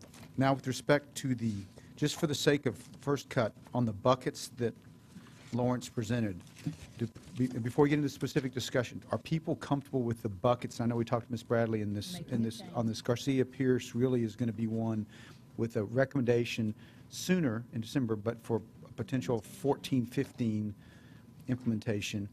But are the other buckets for the rest of these, are people comfortable, and it's almost the last page of the presentation, so page 10 of Exhibit E, are people comfortable with those bucket and those categorizations as listed? Which would really look for category A would be the ones that would be more likely, although not certain, to come forward in December, plus the Garcia Pierce District 1 Middle School. Those would be the 5 that most likely would be the ones. Again, still some vetting to do between now and December, so it may or may not yield a recommendation from the superintendent. It's not a guarantee, but that they comfortable with those buckets. It's the very last page, it's Exhibit E, or it's, I think, actually someplace else, and it's the last page of Exhibit A. It's Exhibit A or last page of Exhibit E. Tab A. That's the last page, I guess it's Exhibit A. So I think, hearing that, the rough categorization is reasonable. The only observation I'll make is the ones in C, some of these we talk about referring to the bond, but some of those actually have programmatic implications that are not bond. I'm not sure I want to give the bond committee the fine arts programmatic issues or the athletic programmatic issues, or even there'll be some programmatic things that may drive facilities, but there'll be some things that I don't think they need to be careful of. We're not asking them to take over the programmatic. You're absolutely right, Mr. Okay. Williams, and we're constantly cleaning that up. I have a full-on multi-time commitment with our team to be sure that we're really trying to separate or inform based on the program those things that have facility implications. So that is what that means, and as we go along, Lawrence will make a note that we should update that language in column C to be sure that we're referencing exactly what it is about facility impact. And then anything about programming is indeed separate. So thank you, and we'll remember that. And the reason I've heard this, if you look at a couple of them in A and B, at least They may. my understanding of the scenarios, some of them are going to need a bond component. So a South High School and a B that we're trying to figure out the programmatic will ultimately need a bond for the building of the high school. So I don't know that they're completely unrelated, but there's some that you're still vetting, and there's some that are going to have bond implications, depending on the facility implications. And what we tried to do was to address that in the timeline. Right. For example, with the South High School, the actual construction piece would be a CBAC follow-on piece. Right. I'm just saying, but when you look at this categorization, the C sounds like the next bond program, but some of the items in A and B will have bond implications as well. Taking the obvious. Okay, so everybody's kept to Mr. Guzman. Your question was whether we were agreeable with the buckets? Yeah, well, my bucket might have a hole in it, but. Okay. But I know how to fix it, at least start to fix it. Okay, go ahead. And that is the memorial vertical team. If we can agree, because I've already had some discussions with the senators, the staff, and they've sent me information of how the medical partnership would work. And they recommended that I talk to some people at UT as a start for that, some like the pharmacy department and so on. And they've sent me some information of how Dallas works their program. And it's very viable. So what I'd like is to be able to say, because, I mean, we list 3 potential avenues for it. I'd like to have an agreement in order to fix my bucket that we would lead that initiative towards Eastside Memorial, and that would fix my bucket. Well, that would start to fix. So, love that idea. That's one scenario. And when we've been with the community folks that come to talk about things, people have said it for, can y'all remember the list? I've heard interest because of the STEM stuff in Eastside Memorial. I've heard interest there. I've heard interest for Lanier, Aikens. Yep. What was the other school? The South High School. Somebody said that. I mean, so, no, I haven't heard it for y'all. Oh, just now? Vincent just added Anderson. So I think that one, again, before everybody gets all really looking forward to seeing what happens in the election, I mean, on the ballot, which I'm sure The Central Health Initiative. the Central Health Initiative. All depending on if that passes. But fair enough, because there were so many different people. What I would recommend is that the board give us time to let our academics officer, who's been trying to pull together all the different, lining up things like which ones would need the most support, which ones wouldn't, what's facilities, blah, blah, blah. That's key right there. Greatest need. I mean, where's the greatest need? And I would say it's there. And so- many people have made their greatest need argument for their areas too. It doesn't- But does that mean that y'all want to add it to, add it specifically for something you want us to try to develop and vet? I'm not sure, what year this would be, but we can, there are lots of different people who've tried to put a stake in the ground on it. There's lots of interest in Austin, or at least from what I've heard from the school community. Do y'all want us to try to collect the various ones? Of course, leading with Mr. Guzman's interest Well, in hold on. having it. I think this, as you well. have an open space on your chart. Yeah, okay, that was an accident. No, well, but I'm not saying it should be, because it could be that what you want to do is, because this idea of the Central Health Medical Initiative, because it's not even just the medical school, folks. I mean, it's 10 and 10. There's a lot Yeah. of things to it. It's community care clinics, it's teaching hospital, there's a medical school, but there's a lot of stuff that's part of that initiative. And there's going to be a lot of jobs that are going to get created, some of which may be doctors that people have to go to medical school, but there's going to be a lot of jobs that require certifications, that are career-oriented jobs, that I can see Lanier with their health services program, or Aikens with their, but there's going to be a lot of opportunity and a lot of desire for partnership, which could be cross-cutting. It may not be that it's going to be only one campus, because to fill the need, I mean, we're talking, this was a multi-billion-dollar impact to our region if it actually happens. So I think it may be that that's one aspect that maybe becomes another option under the east side along with these others, because I don't know that it's going to be limited to one if this happens, because there's going to be a lot of possibility and options. And so I think Mr. Guzman's points, it may link into the STEM program very nicely, but it also may be one that requires a broader. If the medical initiative does not pass, then that may change the dynamics of what we're going to do there. Everything on that. Mr. Torres. Can and I understand what you're asking for, but I think there's a compromise here, and that's when we look at the STEM initiative isn't just at Eastside. I mean, the STEM initiative is at every high school. Sure. And that's the way I see this situation, is the medical initiative is really at every school. Now, your Eastside may want a particular focus, like Lanier has the nursing program. There may be a particular component of it that Eastside wants to focus on, but as an example, today, UT received an $18.5 million grant on nanotechnology. That's going to involve biomedical engineering in it. And it's already partnering with the Ann Richards School. So you've been cut out. But the reality of it is, there are a lot of other opportunities in that grant that can be at other schools. And so my point is I think we need to have, for some of these areas, just like we have the STEM initiative that really isn't at a school, it's sort of at every school. That's what this initiative is going to need to have, is to let every school have what it wants in terms of the focus, but this is going to be bigger than any one school. If, in 5 years, if we had 90,000 students and only 5% of them were interested in medical type related fields like research, biomedical, instrumentation technology, pharmacy, you'd have 4,500 students. You couldn't get them all at Eastside. So how are you going to deal with them? So I think we need to plan for how we meet the needs of all the students in the district and look at it as a district-wide perspective. And I'm not talking about just the medical school, because like I said, the grant that was passed today, it's there, it's happening, it's money in the bank. And they are already partnering with the Ann Richards School. So we need to continue to plan for all the possible opportunities, and then as they happen, have a way to respond to them. And so I see this more as a district-level planning effort that allows every school to have what it needs, and not just one. And I don't disagree. I'm in tune with the compromise.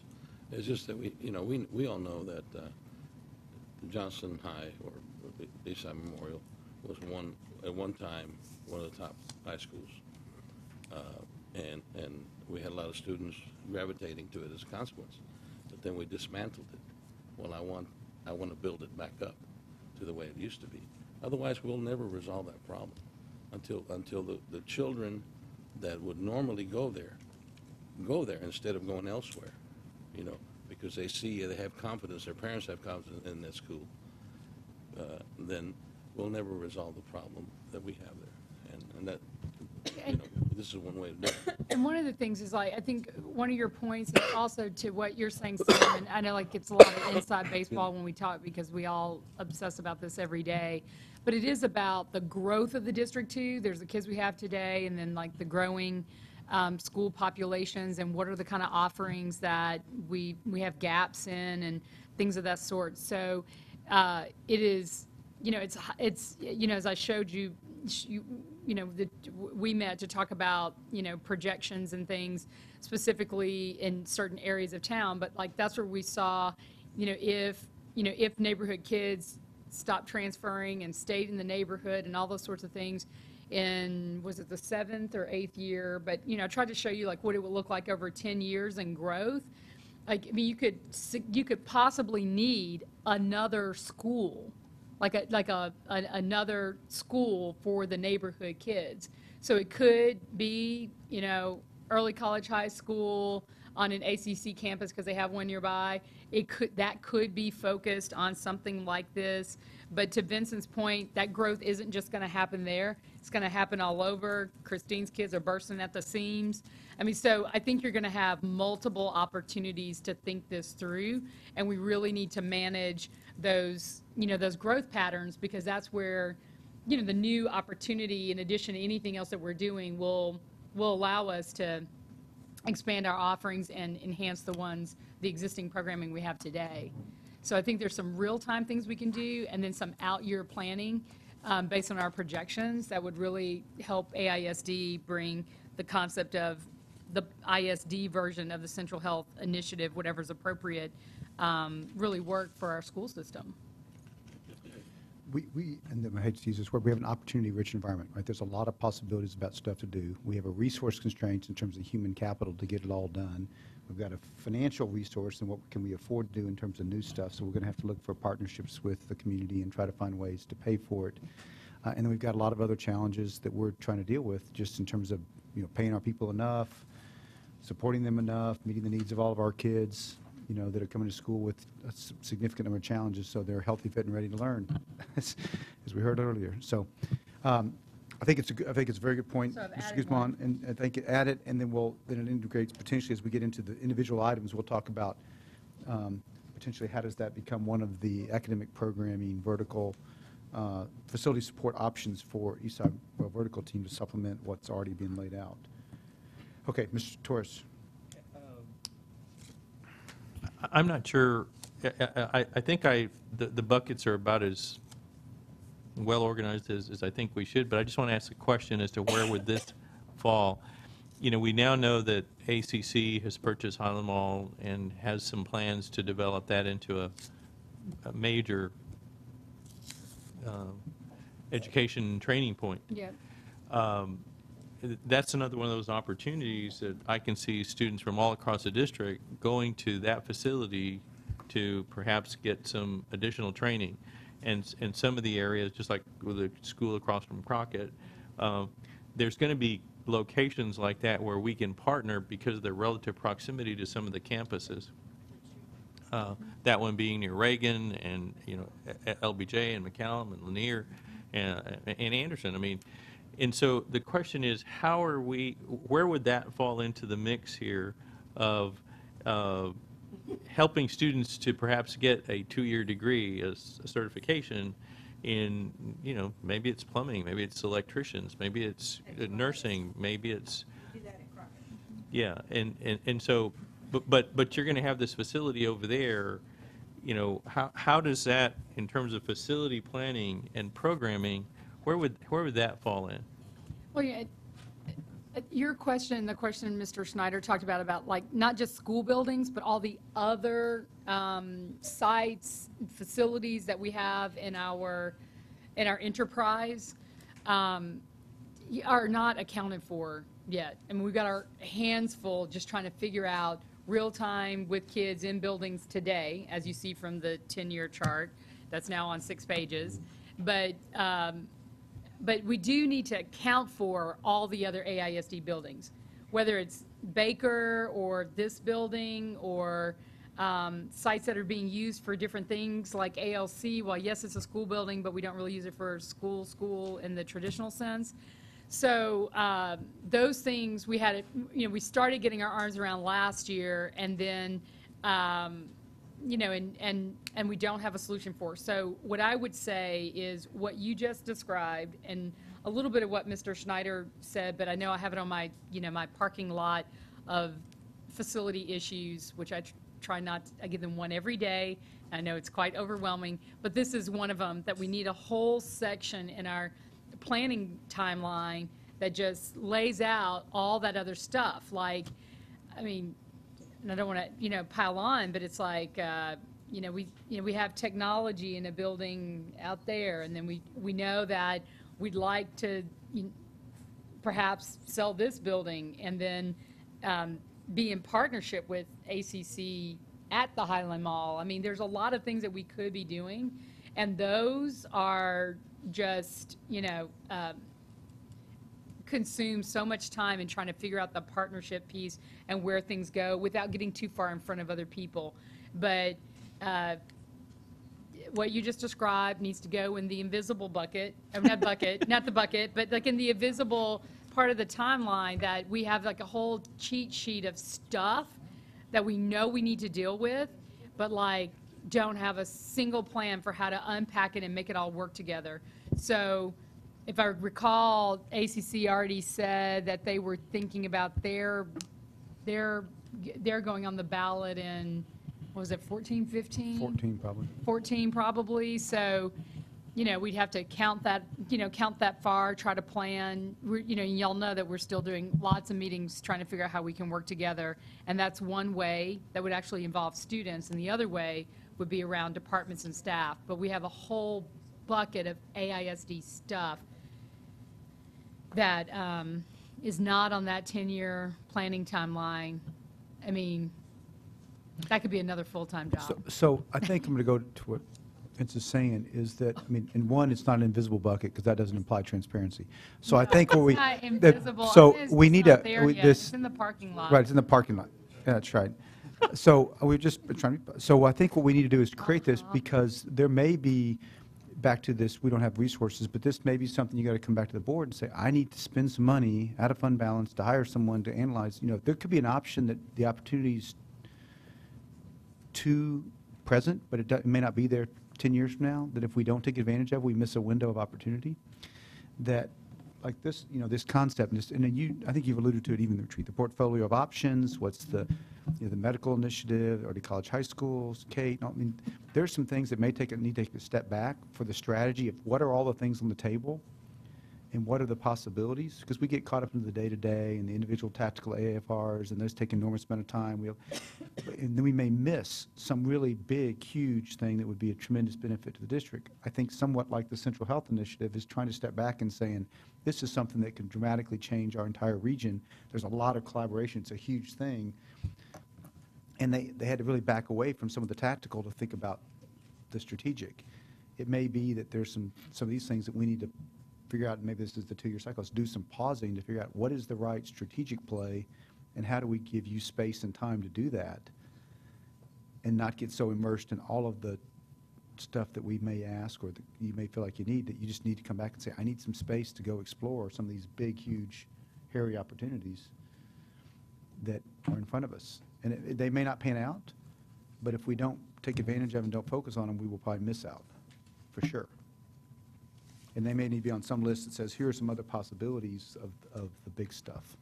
And if y'all have, not for tonight, I mean, but if you have other ones, send them to me and we will start, that's something else we can do, is just start that section in the 10-year timeline and just, even if we don't have any kind of plan, like start just listing those big things that we just need time to figure out and put them in the appropriate place. And of course, plan for any funding, renovation or otherwise. But with the bond, I mean, something could jump up and something else may have to slide if it looks like that it just really needs to. Okay, other Mr. Snyder. Well, I was going to suggest that the third column has parity in equity in career and technology education. And to me, the health discussion kind of falls under that. I know they've talked to the bond committee separately, and there's other discussions going on. But it might seem appropriate to me to move that up into the more active vetting area at least. I fully understand that it's going to take bond money to implement what we need to do. But I am also aware that there are folks in the community at multiple levels that have a real interest in seeing that we provide something that is other than just college. That, for the kids that have made their decision, they don't want to go to college for whatever reason, not that I agree with them, but those kids are out there, and we need to, do something to make sure that they're ready for workforce issues as well. So I would just move it up, fully realizing that it's going to take bond money to implement, but it's something that we need to talk about. And just in terminology of parity and equity, these are really some opportunities, not even just trying to make parity and equity across, but really something even potentially above and beyond what we're doing today. Ms. Moya. Well, just to add to what Robert was saying about those students that have decided they don't want to go to college, I think the tightrope that we're going to have to walk on that is making sure that the kids still get high quality, rigorous education in their core subjects, so that no one thinks that we are shortchanging certain communities and certain groups of kids because they've decided they don't want to go to college, but they still need to be prepared to go to college if they change their mind, and so we've got to do both, which is high academic preparation for college and the technical or the vocational side, so that because it's very, very easy to fall in that trap of the academics are ratcheted down a notch or two, and then all of a sudden there's another inequity issue, and we can't afford to go there. So in that kind of a scenario where we do have the Kate type thing going on, that the core academics still need to be as rigorous and as high quality as they are in every other campus. Ms. Moy, I just want to be clear that for me, the kid gets the diploma and he's equipped to go either left or right. It's his choice. But, I mean, he's been prepared as well as we can to getting to that point where he can make that choice. I know, but there are those people that may think that we're doing otherwise. And so I feel like it's important that it be said out loud in public, on TV and everywhere else, that when we get to that point, should we go down that road, which I hope and expect that we will, that we make sure that everyone understands that the academics in those particular programs or those schools are the same high quality, high caliber, rigorous programs that every other child in the district gets. So I understand. Mr. Joyce. I have one other area, and maybe we've gone past the selection of the three You're buckets. going to do the horse. Well, now that you It's 10. understand as an agrarian child, and I think Mr. Williams has alluded to this in the past, but as we change the way we deliver education in some classrooms, it's going to involve a change in facilities. And the question that I have is, where is, once again, from an academic standpoint, as we look at either going to less textbooks and more technology, as we look at perhaps having online courses and having fewer facilities, I don't see that sort of in the discussion of the vetting, and I think that's coming on us sooner rather than later, particularly with the funding flexibility that we now have in terms of academic material purchases. So I guess the question is, where is that in terms of an AAFR?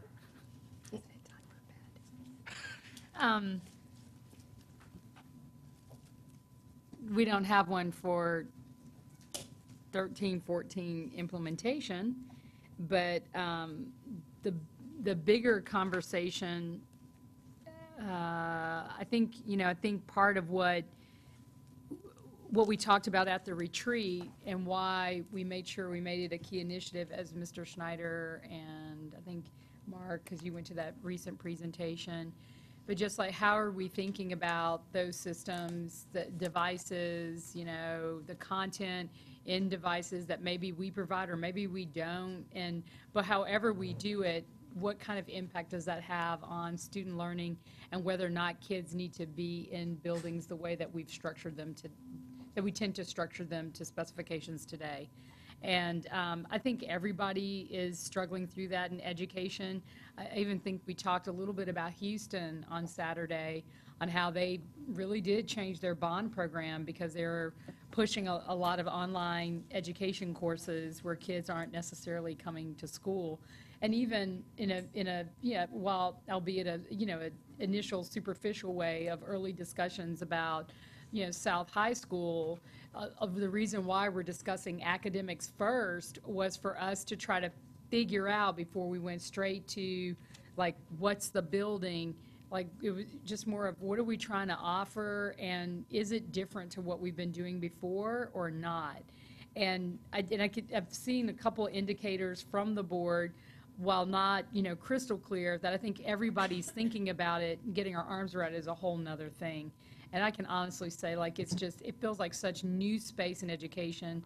It is so hard to change anything in our institutional history for public ed that, moving toward a design is almost like the staffing formula versus, student-based allocation.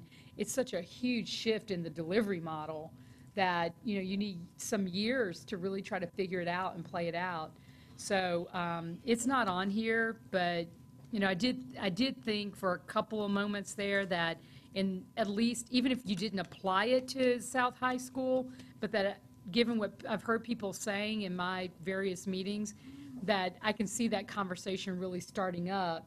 And it may not be appropriate for the school at the end, as the end game, but it'll be a lot of great thinking about what we may need to be doing in the future. But I've written it down. I'll add it, at least for our internal discussions, and try to,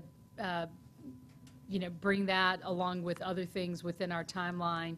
And I really think it's important that we talk to the CBAC about it, just to really think about what that would possibly mean for, future facilities. And, and a little bit like how we did at the retreat, where we try to find a national leader in the work, just the best in show, who understands this stuff better than us and has been around the country to bring us a couple of examples on how people did it well and not so well. Maybe we could try to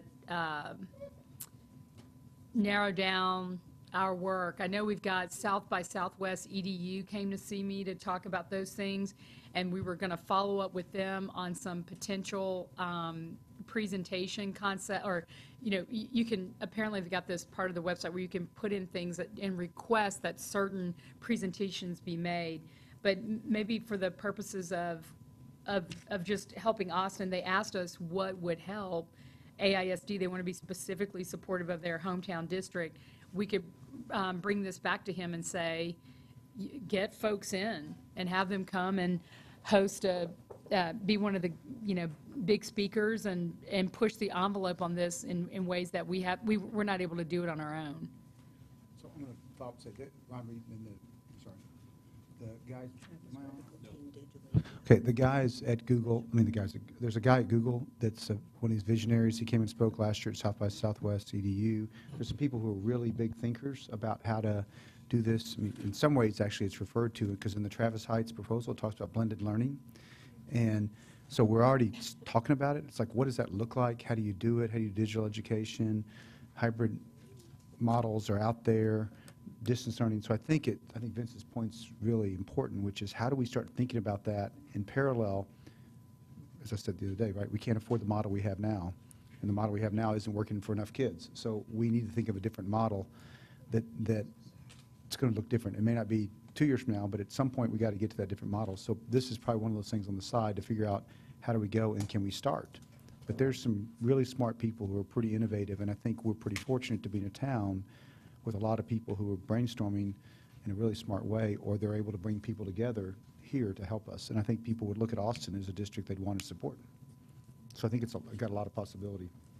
So, We'll really try to, like I said, try to find some best in show folks and also propose it to the EDU people for South by okay, Southwest. I'll try to find the list. Okay, so we spent a little bit of time, thank you all very much, on this list. So I think the basic buckets seem to be fairly well aligned, obviously change. Okay, so we've gone through the what's going to be proposed for the 24th, and we've got the buckets. We've got several individual items on here to talk about. Some of them probably going to take a little bit more time than others. There's some people that were here, I don't know who all's here, and what the topic is they want to listen to Travis, but my guess it's Travis Heights. Looking at some of them that I recognize a face or two. So I'm wondering, just in terms of sequence, since these people came tonight, there's a lot of things on here to talk about. If we can maybe go to that one first. Yeah, and get the also, board's feedback? just so you don't feel, and please, I hope this isn't a 2 a.m. night, so we have, that's why we gave the dates. We have, and we set aside hours at each board meeting so that you have time to talk through these. We don't have to do everything tonight. So I think just, if you want to start with Travis Heights so people can go home to their children, Well, I'm fine with thinking, us. we can talk to a lot of them, I'm just thinking, but since people came this evening, and I know Tommy's back there for the athletics too, but if we want to go to that one, it seems like it'd be at least respectful of them since they came and have been here a while and patiently listened to a lot of other stuff, that we go to that one, get feedback from the board, and then potentially decide at that point how much more longer we want to go this evening, knowing we have some additional dates. Mr. Schneider. Mr. Williams, I had a more general request before we start getting into the specifics, if we can. Dr. Sharpen, one thing I was not able to find was the delta cost on these AFRs, like, how much it's going to increase the cost. You did provide figures for the single-gender schools at one point where, there was an increment of 400,000, something like that, in operational cost.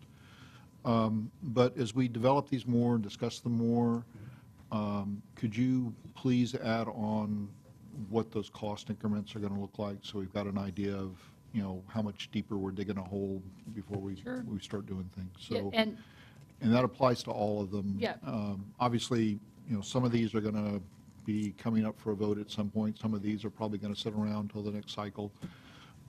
But for the ones that we're actively pursuing, I would really like to see more detailed cost estimates on what we're getting into. Right, and so, we were really waiting, had people doing work on every last one of them, not really being sure where the board was going to end up going tonight. But we did try to focus our efforts on the Garcia Pierce and, and the dual language responsive ed, school for young men, and the in-district charter. And we do have, I mean, I've got 80 pages of detailed backup fact sheets for, just those. And they do have budgets in it, but, and we have that, and we're going to give it to the board. I've gone back because even in it, some of the numbers weren't making sense to me, but we do have a draft of starting that, and you will have it for your next meeting for discussion or in advance of your next meeting.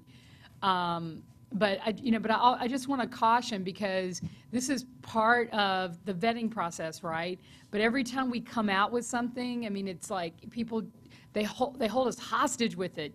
It's $30 million. Well, just hold on. I'm trying to do this, and we're not really sure if it's full 30 million, but because I haven't offset the cost of the general fund or the budget for a school. But it's just, people come out so hard and they get locked in on the numbers. So just know that when we come out to talk about it, we're trying to really vet and understand the real cost, the delta especially. That's the thing that we're trying to focus on the most.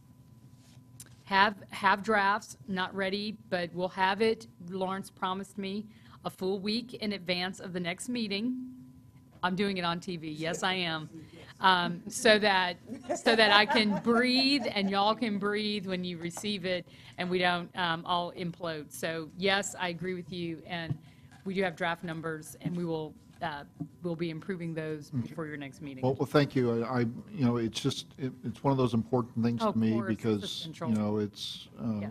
a lot of our problem is money these days, and, just keeping things operating. So, I do understand the conditions, but I really would like to see some kind of numbers. Thank you. And let me just say, I think that so tonight, maybe since we don't have lots of numbers, but the first thing is there feedback that even the concept? Because I think for y'all to go put together Yeah, a go full through business it. It's case so much work. and do all the work, and people say, we don't even want to do it, then it almost doesn't matter what the numbers are. So I think part of it is getting the feedback from the board and questions about just the concepts that are laid out now, and then there'll be additional analysis that will happen. So, Good news about the in-district charter one, right? Y'all cost $2, right? Actually, we've had a grant, so I'll jump into it. okay, so let's we've had call a- it this one. Yeah, we've had a grant for a couple of years through AFT to really explore the concept of in-district chartering, and the board paved the way through some policy work and, your own adjustments over the last couple of years. But at the heart of this design, we are following a model that allows for more community engagement, and I would think the spirit of it really, I mean, especially given what we're talking about for, school allocations, is about campus autonomy and really allowing more of a community-based, ownership and development of the school design, and giving whatever that leadership team, looks like, the flexibility to be able to make more decisions at the school site level, and knowing that they have the flexibility from the district to be able to do so. They did or have been working on their application using our school board policy, like all other in-district charters did, to be able to answer some specific, programming questions and staffing questions and things of that sort. But they do want to transition to be an in-district charter school using a more autonomous model, and it's not, I mean, like different in-district charter proposals present different things. In this case, it's more about program design, innovation, control over budget, scheduling, kind of what they teach in the curriculum and professional development. And the three big areas for what they want to do for instructional programming is continuing their dual language, which is about, biliterate, bicultural, bilingual, and the service learning model, that's about authentic and relevant, and being more authentic and relevant in the learning for kids. And then it's the piece that, we're, again, we are very interested in seeing being piloted and testing some of the waters around blended learning, using digital learning and technology integration methods. So some of the blended learning designs. We're currently doing it at the other two in-district charters, both for Responsive Ed and Idea Allen, and we, and again, those are partners, but we would really love to see it in an AISD school, using our structures and things that we've had, in the mix for years, and how this would really play out for us. There are opportunities associated with it. We're still talking to funders, and I know at a national level, the current administration is doing League of Innovative Schools, where they will do control groups and things of that sort, which I've shared with the school to consider. And also, given what we're talking about and wanting to go explore the concept of more of a student-based allocation philosophy, allowing them to really test this water and give us real-time feedback while we're working through our own methodologies, we think would be a great strength for AISD. The school community has been coming together for quite a long time, working through different things. They've actually, made proposals to funders who've, been grueling in their assessment of what we're doing.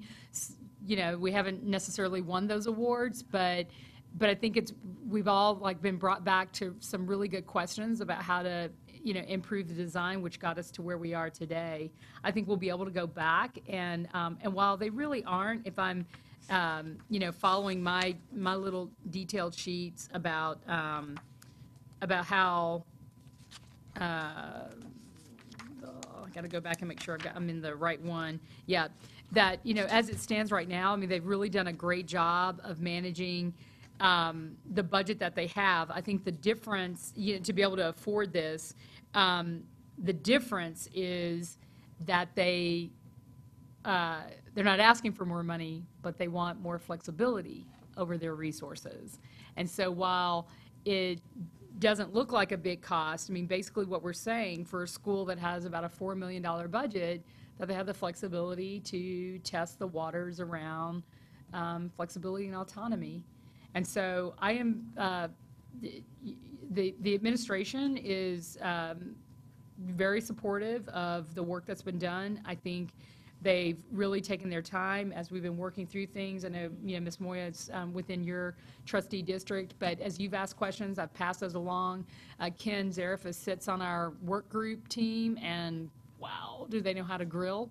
So he's been, took all the 20 questions, and they go back, and they've been turning it around too. So I just feel really good about the amount of work that we've done to shape this up as a significant possibility for implementation in 13-14. And, they're detailed things. You've got a SWAT team back there willing to answer detailed questions. But I think we're on a good track, and I suspect we'll be able to pull together a lot more by the time we shape up things for December. Okay. Questions, comments, Ms. Moya? Thanks. Well, first of all, I want to remind everybody that there's a community meeting for this particular activity is it at Travis Heights? At Travis Heights on Thursday night. So, my head's nodding, very good. Everybody nod.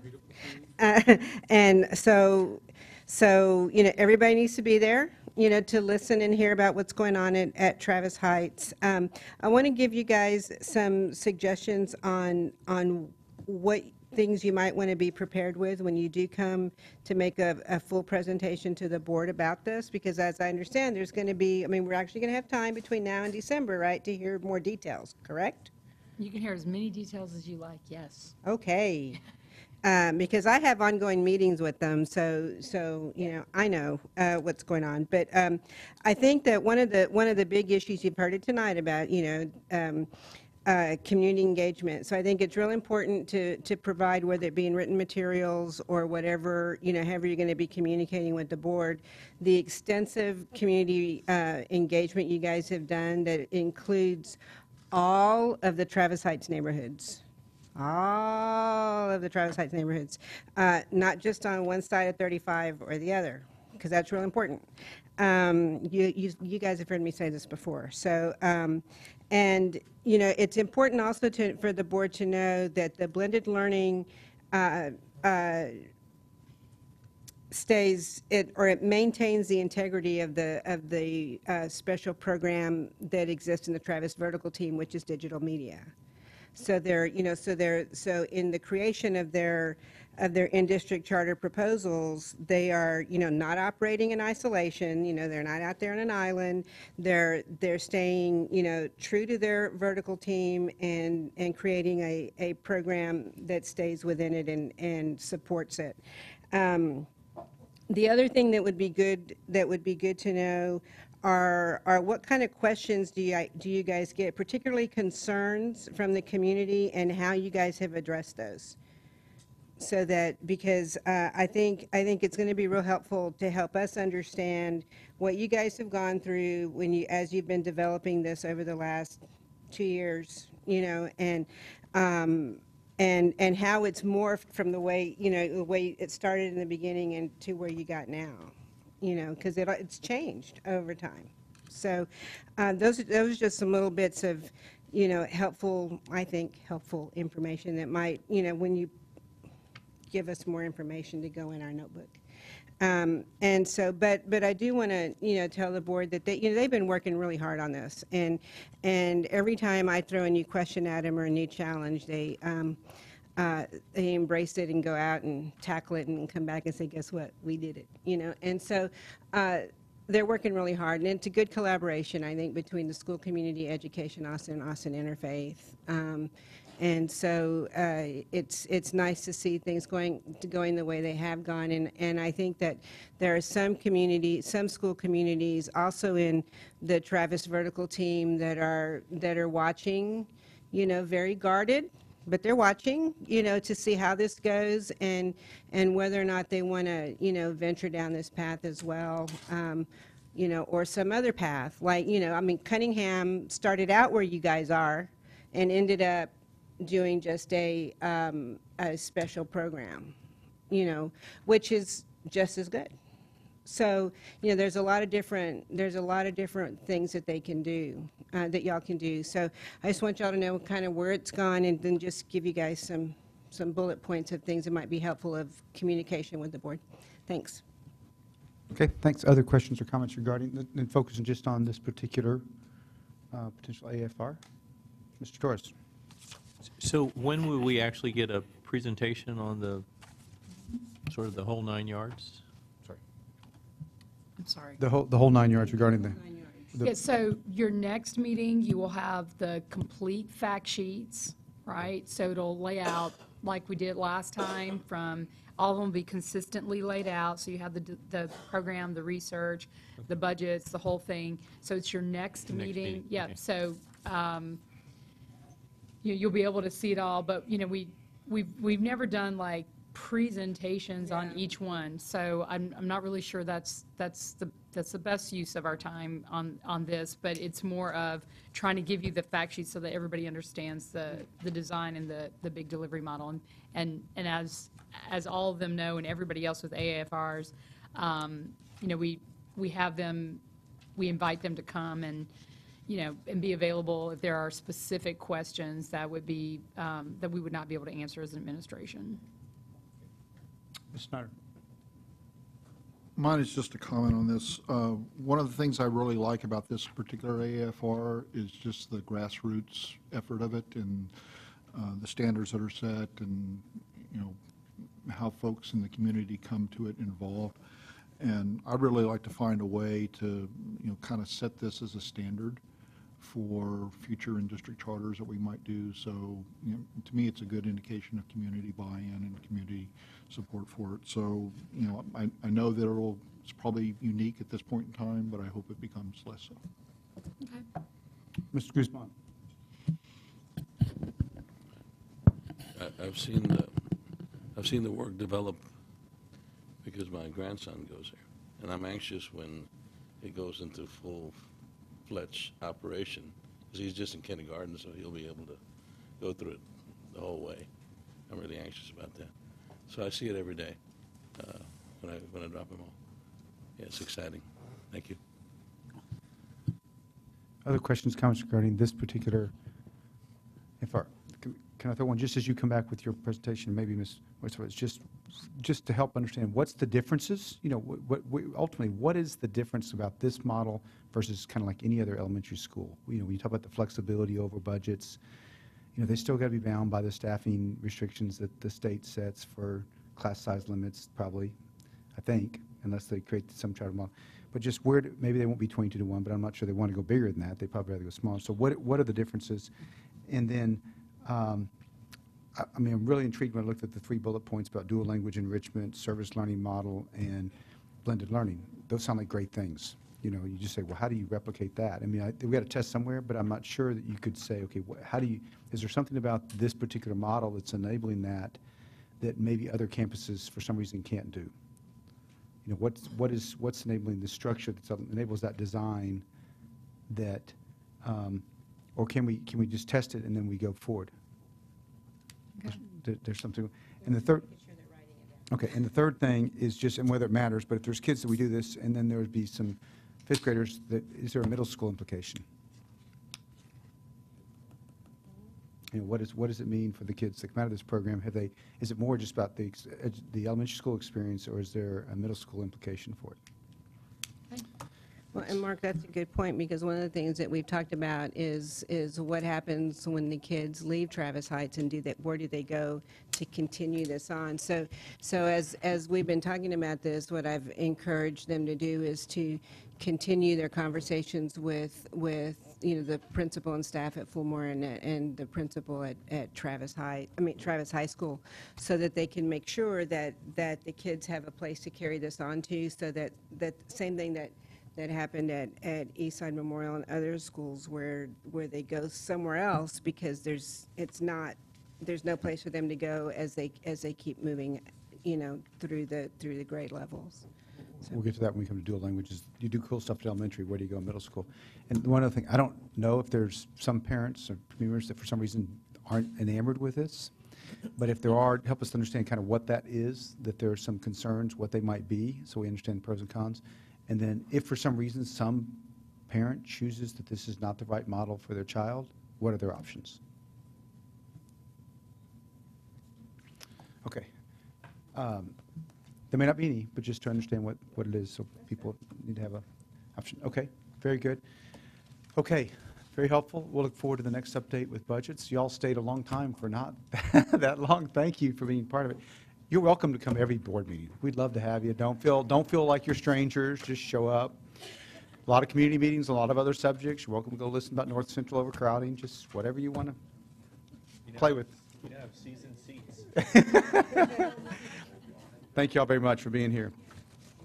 Okay, it is 10:30. I want to do a time check. We originally were scheduled for 9:30. I know.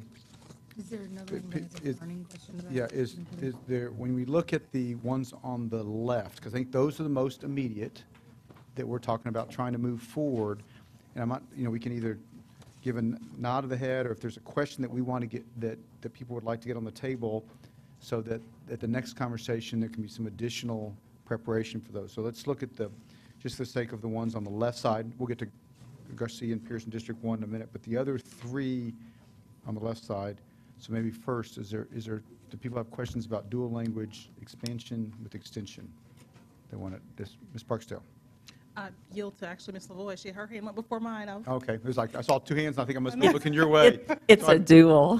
Sorry, Ms. Lavoie. I just wanted to compliment you, Dr. Karstarfin, on what I think has been an excellent rollout on dual language. I'm remembering the very first conversation we had when I brought it to you over a cup of coffee at our very first meeting.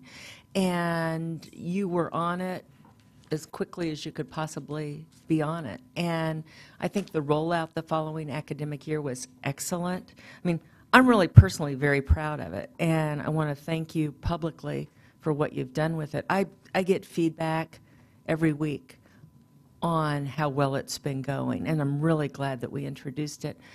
I think that, and I hope I'm right about this, but it seems to me that it's a magnet for retention of some folks that we might lose to other language-based schools. and that it's something that really promotes, the kind of cross-cultural sharing that I think is a value of this board. And so I just wanted to say thank you, and thanks for the rollout and tying it to AAFRs. I think that's really important. And I think that that's one of those things that we piloted, and it seems to be working. So anyway, I think it's a good example of tying facilities and opportunities to academic improvement. Thanks. Ms. Barksdale. Thank you. I share the sentiment, and I hear a lot of those things as well.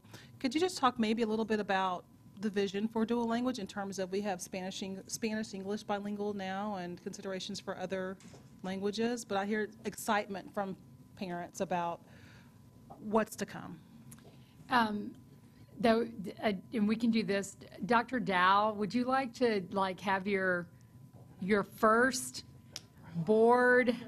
Yeah, just because this is a No pressure, yeah. but I mean, I can do the this. one 'cause guru, she the expert, has the presented it to the work group wise. multiple times, and she's really shaped the. But do you want to talk about the vision and the specificity around the bilingual piece for language learners and Has the everyone on the mix? board met Because Dr. Dow? it's been reshaped based on a lot of what you were able to bring to us from Isleta. Okay, so this, if you could just take a second and introduce Dr. Dow, because I think, I've sort of met her, and maybe some other board members have, but this is the first time I think she's come to the public to speak, so you might just introduce our new chief academic don't officer. hold A back. really big deal. Don't hold back. I think what I wanted to say is that to compliment you for attracting this kind of talent.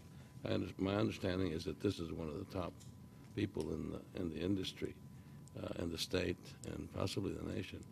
And the fact that we were able to attract her, the world. No, I mean, I've The heard galaxy. I've heard a lot about Dr. Dow. Thank you. So from this lot is of this is Dr. Pauline So- Dow, our new chief academic officer, and has really already been thoroughly engaged in bilingual education in the district, and has been helping us shape and refine our vision for bilingual education, and specifically in the areas of two-way programs, and which we're calling our expansions, and the extension into a possible middle grades design as well. So I'll let you share the reshaping and refinement piece. Welcome officially to the board, and thanks for being here. Thank you very much, Mr. President, trustees, Dr. Karstarfin. So as Trustee Lavoie stated, what I get to come into is a really quality rollout of some pilots around not just two-way, but also one-way bilingual education. And so we have a really good base, I think, to build from. What we're attempting to do with this AAFR is to pretty much lay out the expansion, how we replicate what is working well in schools across the district in a strategic way, making sure that we're building capacity first so that there is not only the identified need, but then also the readiness for implementation so that we can have the continued success. Fidelity to the program model obviously is going to be a key factor, and also making sure that we have the correct sort of configuration of kids for both the two-way and the one-way. Then the other piece, which is as important, because if we say that we are going to be we're going to implement dual language education, we have to make a commitment, I believe, from the elementary all the way to the secondary, which ends with high school.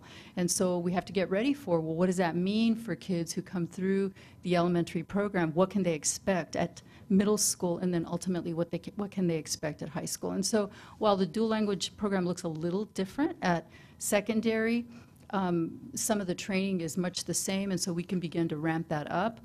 We want to do that incrementally so that we can prepare teachers.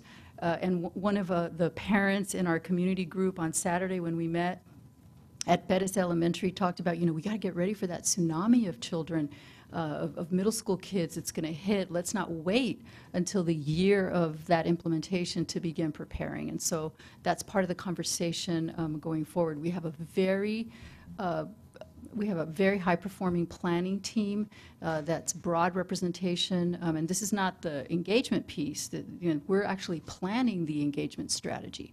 And so we're meeting, you know, quite often, logging all of the recommendations and decisions, and then, you know, continuing to inform the documents. And much of what you'll see at before your next meeting, a week before your next meeting, will be kind of the build up to that. So anyway, we think we have a good plan. These are obviously a proposal that's going out that will be vetted with the broader community. But what's great is that we have the model, and so just further ahead, I think, as a result of that. Just if you could elaborate on a second on the Spanish, because I know our expansions are often tied to Spanish language, and we are, you know, embarking on Chinese, Mandarin. But can you talk a little bit, you explained it to our work group about, you know, the bilingual program and our support for trying to get into other languages and designs. I mean, it was. So is it around the majority-minority construct? Is that what you're wanting to address? Well, no, just a little bit to Tamel's question about, like, what's our vision for the rest of, you know, are we going to stick with Spanish? Right. Is that because Okay. because of our So there are different options. So first, we have to deal with the need. What is the need? And so we've got lots of English learners, students that are in our district that are Spanish dominant, and what we want is to be sure that they can access English fairly quickly and deeply, but at the same time continue to build their proficiency in their native language, because the fastest, most efficient way to learning new labels is, you know, you're grounded in your native language. So that's essentially what we want to do there. There has been a little bit of discussion on the planning team to possibly consider the addition of a third language. There's some implications there, given the model that our district has selected, which is the 50-50 model. If we were in a 90-10, it'd be a little different, but we're going to have those conversations. There are also pockets of students whose native language is not Spanish, it's something else, and so there's an opportunity to leverage that other world language. And so there are discussions around that, just as you know, we had happen at DOS. So again, you know, a little bit further along than preliminary stage, and certainly just tremendous opportunity and potential, I think, for success as we continue to roll it out. Yep. Say thank you again. You know, I'm just so pleased that you ran with the idea. I guess we discussed it when I brought it to you 3 years ago, or it was our very first meeting. And so I want to thank you for picking up on dual language so quickly and really running down the field with the ball. And now I think we can get into maybe even the next generation. So anyway, moving on. Thanks. Paul, don't leave yet just yet, because I think maybe some other comments or questions. And maybe, I don't know if it's for Pauline or not. Okay, Ms. Moya, sorry. Okay. It's okay. I was telling you, you needed to come and hang out with us, Morthy. Dual language in middle and high school. How are we going to, are we planning on expanding that way up through our vertical team? And if not, can we consider that, and how quickly can we do that? Right, so it's part of the AFR. We've divided the AFR into two pieces. One is the expansion at at elementary school, and then the other piece is the extension in preparation for kids that are coming through. And so the planning team right now is working on a number of sort of possible scenarios, but clearly we want to be able to have those middle schools strategically sort of set in the district so that the maximum number of students coming up from the elementary can have access to dual language at middle school. Not 100% of the kids will opt to go that route, but a good percentage will, as you know, we look at programs across the nation that have implemented to secondary. And so right now, what we're saying is that we'd like to be able to put one in each of the 4 quadrants. You know, if you kind of chop up the district into 4, put one in each of the 4 quadrants. That's where we are today. But again, we got to keep looking at the numbers. We're going to work with our folks to get some GIS heat maps worked up so that when we do make presentations to our community, we can show them the visual of where, where the kids are in terms of enrollment and participation in the two-way program. And Ms. Moya, I think it's far more likely that middle school would happen. I know that we haven't really started any conversations about high school, but unless it's tied typically to something like, an international program or global studies, I have not seen as many high school dual language programs. Unless it's like it could be Mandarin or something, but they're not as readily available as like the pre-K-8 designs. So, I'll be interested in seeing our level of interest in Austin, because is it possible? Absolutely. I think we'll know more when we see the interest from the middle school level. Well, in the Travis Heights in-district charter model, they are still, talking about not only having, the English and Spanish dual language, but they have been talking about introducing Korean. And so, when they're talking about that, I wonder what happens when that child who, participated in the dual language part of at the school that had Korean, where do they go next? I don't know where they go. And do they carry that through? And maybe once they get to high school, maybe it's just an additional language offering. I don't know. But, I don't know how that would be handled. But I would hate for those children who opt to do dual language in Korean in the elementary school, and then when they go to middle school, they have nothing. Right. May I address that? So, there are examples in districts in Texas. In Isleta, for example, there is, a clear vertical alignment where kids who, are in Spanish and a third language have a place in middle school and in high school to continue that work. And ultimately, students who go all the way through and meet certain criteria, for example, in Isleta, in Houston, in Far San Alamo, graduate with that sort of distinction of having gone through the program, and they're, verdaderamente bilingües, they're bilingual, and they get either a seal on their diploma, they graduate with cords, or both. This happens in places in California, in Oregon, and other places. So there is that possibility for that group of kids who would be committed to sort of making this part of their, part of their, it'd be part of their educational goal in their K-8 experience. Okay, well, whatever, we need to do to include that in our planning teams or whatever, I'd be interested to see how your research and discussions in depth. For the vertical alignment all the way up. Other questions, comments? Ms. Bradley? You had spoken of a 90-10 model. Could you speak a little to that? Sure. The 90-10 model is a program model in which all students in the two-way program learn to read and learn other content, initially 90% in the target language and 10% in the majority language, which is English in most cases. Okay, so let's just, for the sake of this example, say Spanish-English. So 90% of the instruction would be in Spanish and 10% would be in English. The question is, well, why would you do this? Well, what the research shows is that for minority language students, that is a student that comes to school with a language other than English, immersion in the native language is the absolute best thing for that child, for that student. To be able to get very grounded, learn to read in the native language, learn content in the native language, while at the very same time getting some support in English. They're going to get the cognitive, academic base that they need to continue their linguistic growth.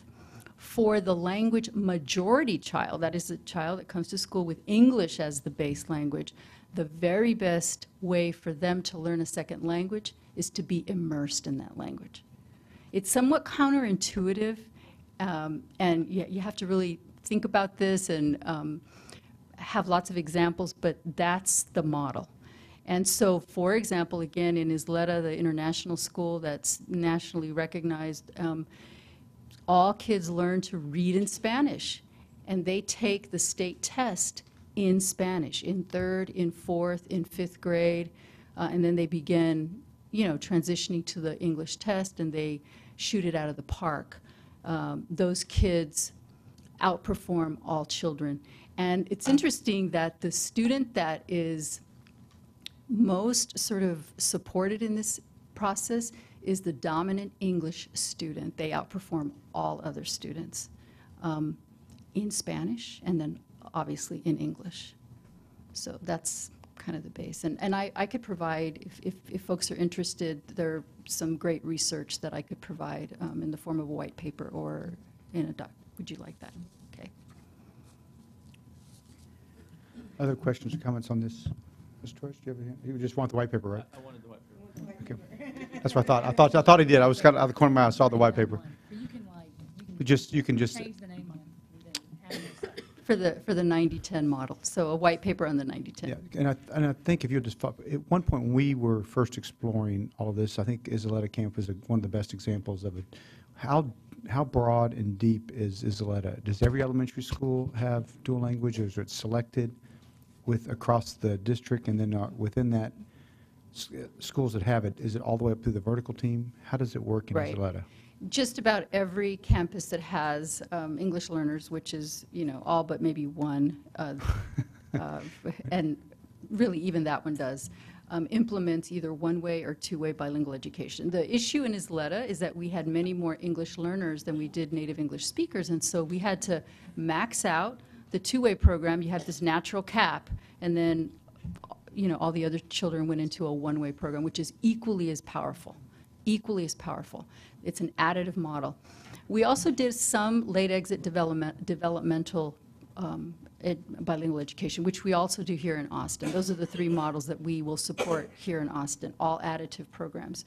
And the reason for that is that, sometimes the campus leadership isn't totally ready to implement a one-way or a two-way program. And so in the campuses where we did have one-way and two-way, we did align vertically. There, Isleta is very focused on the PLC, and that, that whole process is just, they live and breathe it. And so kids had to have a place to go in middle and had to have a place to go in high school. And so the languages were aligned or are aligned so that happens there. And so that's what we want to try to talk about happening here as well. And so do you have kids coming into middle school that did not go up through the elementary school program and that say they're not prepared through a dual language elementary school? Is there a place for them in middle school, or are they in trouble because they just have a hard time catching up with all these kids who are Right. dual language prepped? So you want to be able to keep the challenge high. And so sometimes new immigrant students who would come to the district, a good home for them to begin to have some success would be in a Spanish content course in middle school, right? Because that allows them to continue their cognitive and academic growth while they're gaining that linguistic growth. So for them, it would work. Now, for a native English speaker who wasn't already, strong in the target language Spanish, it would not be a good placement for them because, obviously they wouldn't be able to understand the intricacies, the nuances of what was happening. So the short answer to your question is they really need to kind of have years in the program. So I'm going to go back to, I think what was more is almost, if you guys look at what the long-term path will be in terms of our elementary schools, the middle school feeder, because I could see us, because we have elementary schools, we try to be fair and equitable and spread it across the district, but we're probably not going to have the ability to fully implement it because not every elementary school that feeds into one middle school is going to be under this path. So it's going to be hard to do 100% of the middle school. My guess is we're going to have a challenge just on human capital to find the right mix of teachers that teach the subjects that would need to be taught in a dual language way. So just as we look at this and start looking at middle school and the expansion, what is the long-term rollout? Because it seems like there are issues almost beyond budget. I mean, it's going to be Well, alignment and. yeah, human one way to capital. deal with it is to look at like Spanish 1 and 2 and the pre-AP Spanish. Yeah. And that's something that we're going to start figuring out how we can maybe grow those programs. Right now, as I understand it, you have 2 middle schools that take advantage of the pre-AP Spanish. And so we need maybe more to consider that. That's a natural opportunity. And then we look to see what 1 or 2 content courses we can begin to build into middle schools where there's going to be a critical mass of kids who would be interested in continuing the path. Okay, well, thank you. I'm actually compliment Dr. Kerstarfman because for those of you around, we hired her, right? I mean, this is one of the things, even before she even got here in our interview process, she was talking about she couldn't believe we didn't have dual language. It was, she realized, I guess not being in Texas, we had transitional bilingual, and we didn't have dual language. And really from day one, she's been pushing us for a dual language program. And I think we've been, with lots of research, and so I think it's been great to see that we've gotten to this point. And then I think we hired a chief academic officer that is really incredibly well prepared to accelerate this even further within our district. And I had the opportunity to sit with Dr. Dow at the League of Women Voters discussion that we had, and she brings to the table not only this academic expertise, but really a good sense of how do you engage the community, how do you do this, because this is, some of these things are transitional for lots of parts of town, and a really understanding of how to do that. So I think we're very fortunate to have you on the team. Thanks for being here. Okay, any other observations regarding dual language? So we've got 2 others. So the responsive ed one is exactly the same as last year, but we did a 1-year contract. So we won't know, until we see how the participation, comes along. I mean, it will be late into the spring. I would, at minimum recommend that we get through our year and plan at least 1 more year, but I would not expand this program until we get our arms around exactly who's participating and, are we hitting legitimate numbers and, are we delivering at the level that we wanted to see around recruitment and bringing kids back to do credit recovery. So I'm going to still watch the numbers in real time in the fall, and we'll, I think, have some sense of whether or not we should continue, but exactly as we are, I don't think we should do one more thing. I know the need is there, but actually getting kids to come back to us is a pretty serious proposition. So we wanted to check on those, and, and there were, you can see there are 2 other scenarios about additional locations and everything else, but right now, it feels like to me that we would do the first scenario before, I would do the first scenario 1 more year before we think of expansion. Well, I think at this point, we got a full year under our belt, with this existing scenarios and see how well it works and what the payoff at the end is. And then it probably then it leads to a discussion for do we go beyond that. Ms. Moya. Do we have in the contract with responsive ed, is there a date certain that we have to enter into a new contract for the next year, or can it go till the end? I mean, I don't remember No, there's no what date. it said in the contract, or like by the middle of the second semester, or I just don't remember. No, we didn't. They were very, if you recall, I mean, they were very flexible with the design. They didn't have we didn't have any kind of condition like that in the contract. But I think like us, they want to just do a good job and make sure that we're, serving the population we want to. But I think for the purposes of, continuity for kids and things, you probably want to be sure that, when they're, Paul, remind me, when they're picking schedules and stuff, for school, like when we're trying to get schedules done, not at the beginning of the school year, but for staffing purposes and yeah, so I think like so that kids know and families know that it's going to be there. You probably don't want to go past January. So it was so close, if I remember all these details correctly, December timeframe. But we are monitoring the numbers closely right now, and I'll have a better sense coming into December. Okay. Well, but whatever that time frame is about when we need to initiate the extension, but I think what we're hearing is let's not go beyond the 2 Right. sites for next Right. year. Right. until we actually get a full year under our belt for this one. I mean, Make no just- mistake, principals want more, but Right, right, no. but we want to be sure we're using what we have. well, I mean, but like the day 8 or whatever this is, there's report. I mean, it looks as though, on both campuses for the facilities that were provided, I think it's 4 classrooms, or I mean, they're full, and so that obviously means that there need's was there. a significant need that we addressed immediately, and so I did. I'm trying to remember where I was. I think I was at the Travis game Friday night in Lampasas when someone asked me about an alternative site. An additional site? An additional site that was open to the entire district, That's the third option. which was right? one of the options here. That wasn't, exclusive to Travis or Lanier, so that kids who were, having the same issues would have a place to go.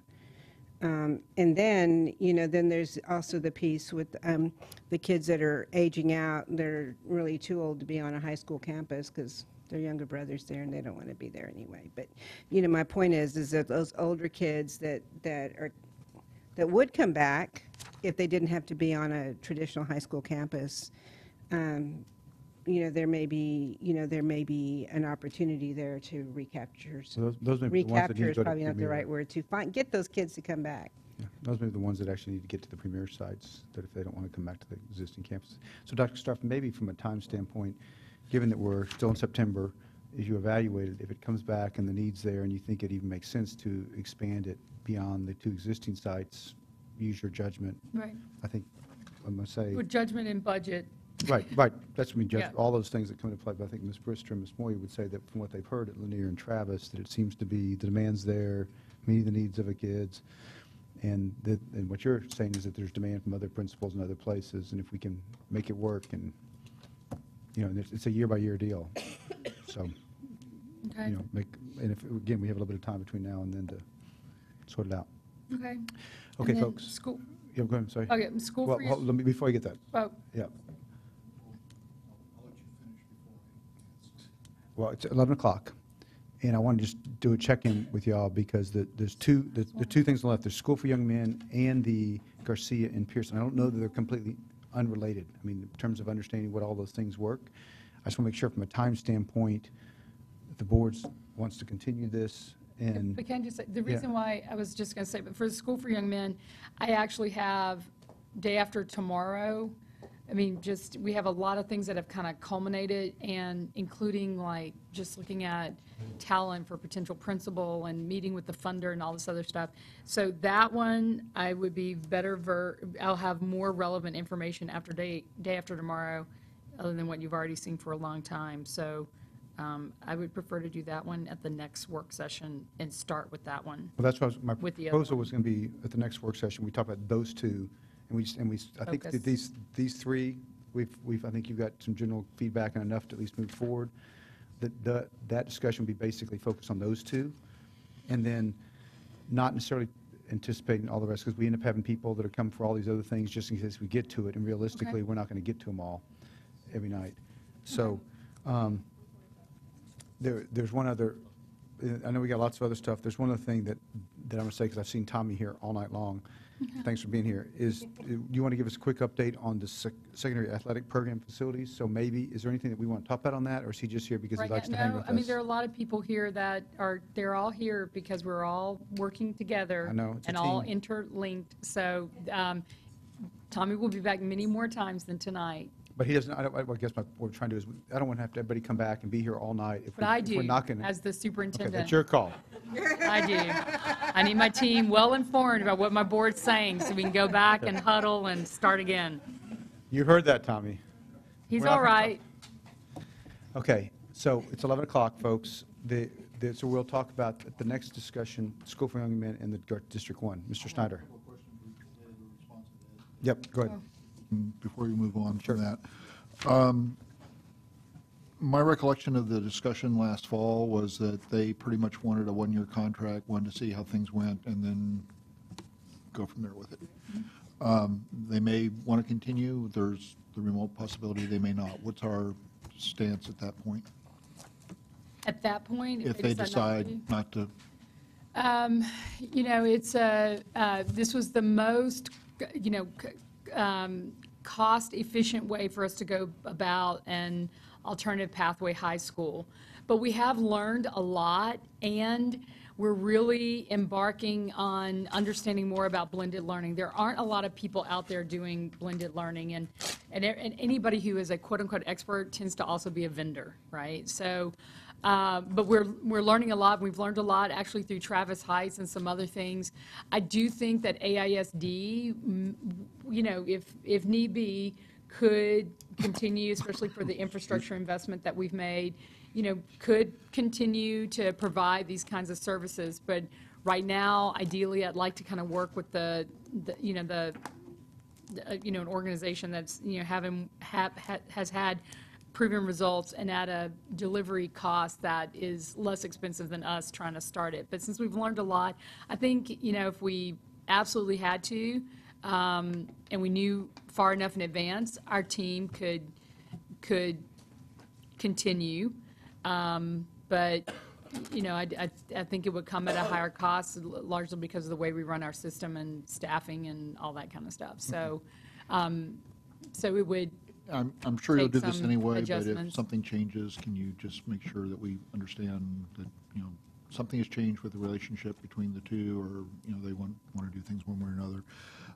The other question was that since we don't have any results from their work with AISD at this point, has there been anything that has changed? I mean, are the results improved or decreased with the other operations that they have, or do we know? Not that I mean, well, we're all holding the same accountability stuff, right? Because of the way the accountability system works. Right. So they're still technically the same, but I know I saw something about their performance from last year, but nothing caused me any alarm or, you know,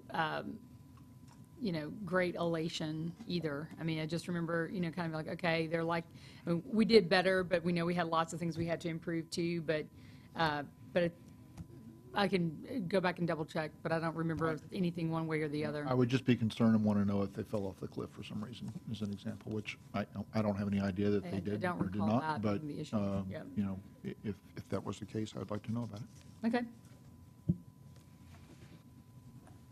Okay, so those three, thanks for the feedback on that. We will look to the We'll focus on two items, the next meeting, and then Does it just have to be two? I mean, like if it's two and maybe a third? we can, yeah, let me look at this list. I just want, But I want to make sure that we're prepared for a time that we don't over. Specifically tried to add more time for September, I'm sorry, not September, October.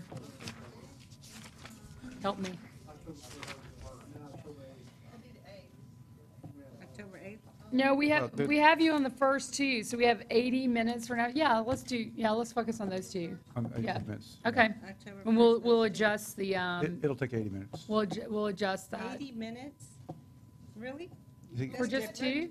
Well, I mean, but you think y'all, it'll take less or more? I just thought we usually do like I know, but like, I know, but y'all okay. change I don't- stuff on me all the time, and I'm No, I trying to think manage it's- things within, They're you just, know. I think that let's get from those, and then if we, Okay. if we get to that, It's 11, I'm punchy. I know, it's like, Okay. I can't go this long. We Okay. gotta, and people they got to get to work, you got kids showing up tomorrow morning, every day, all right? right. So it's 11, I got 11:08. 18 hours tomorrow. Thank you all very much. 11:08, we are adjourned. Oh, my goodness.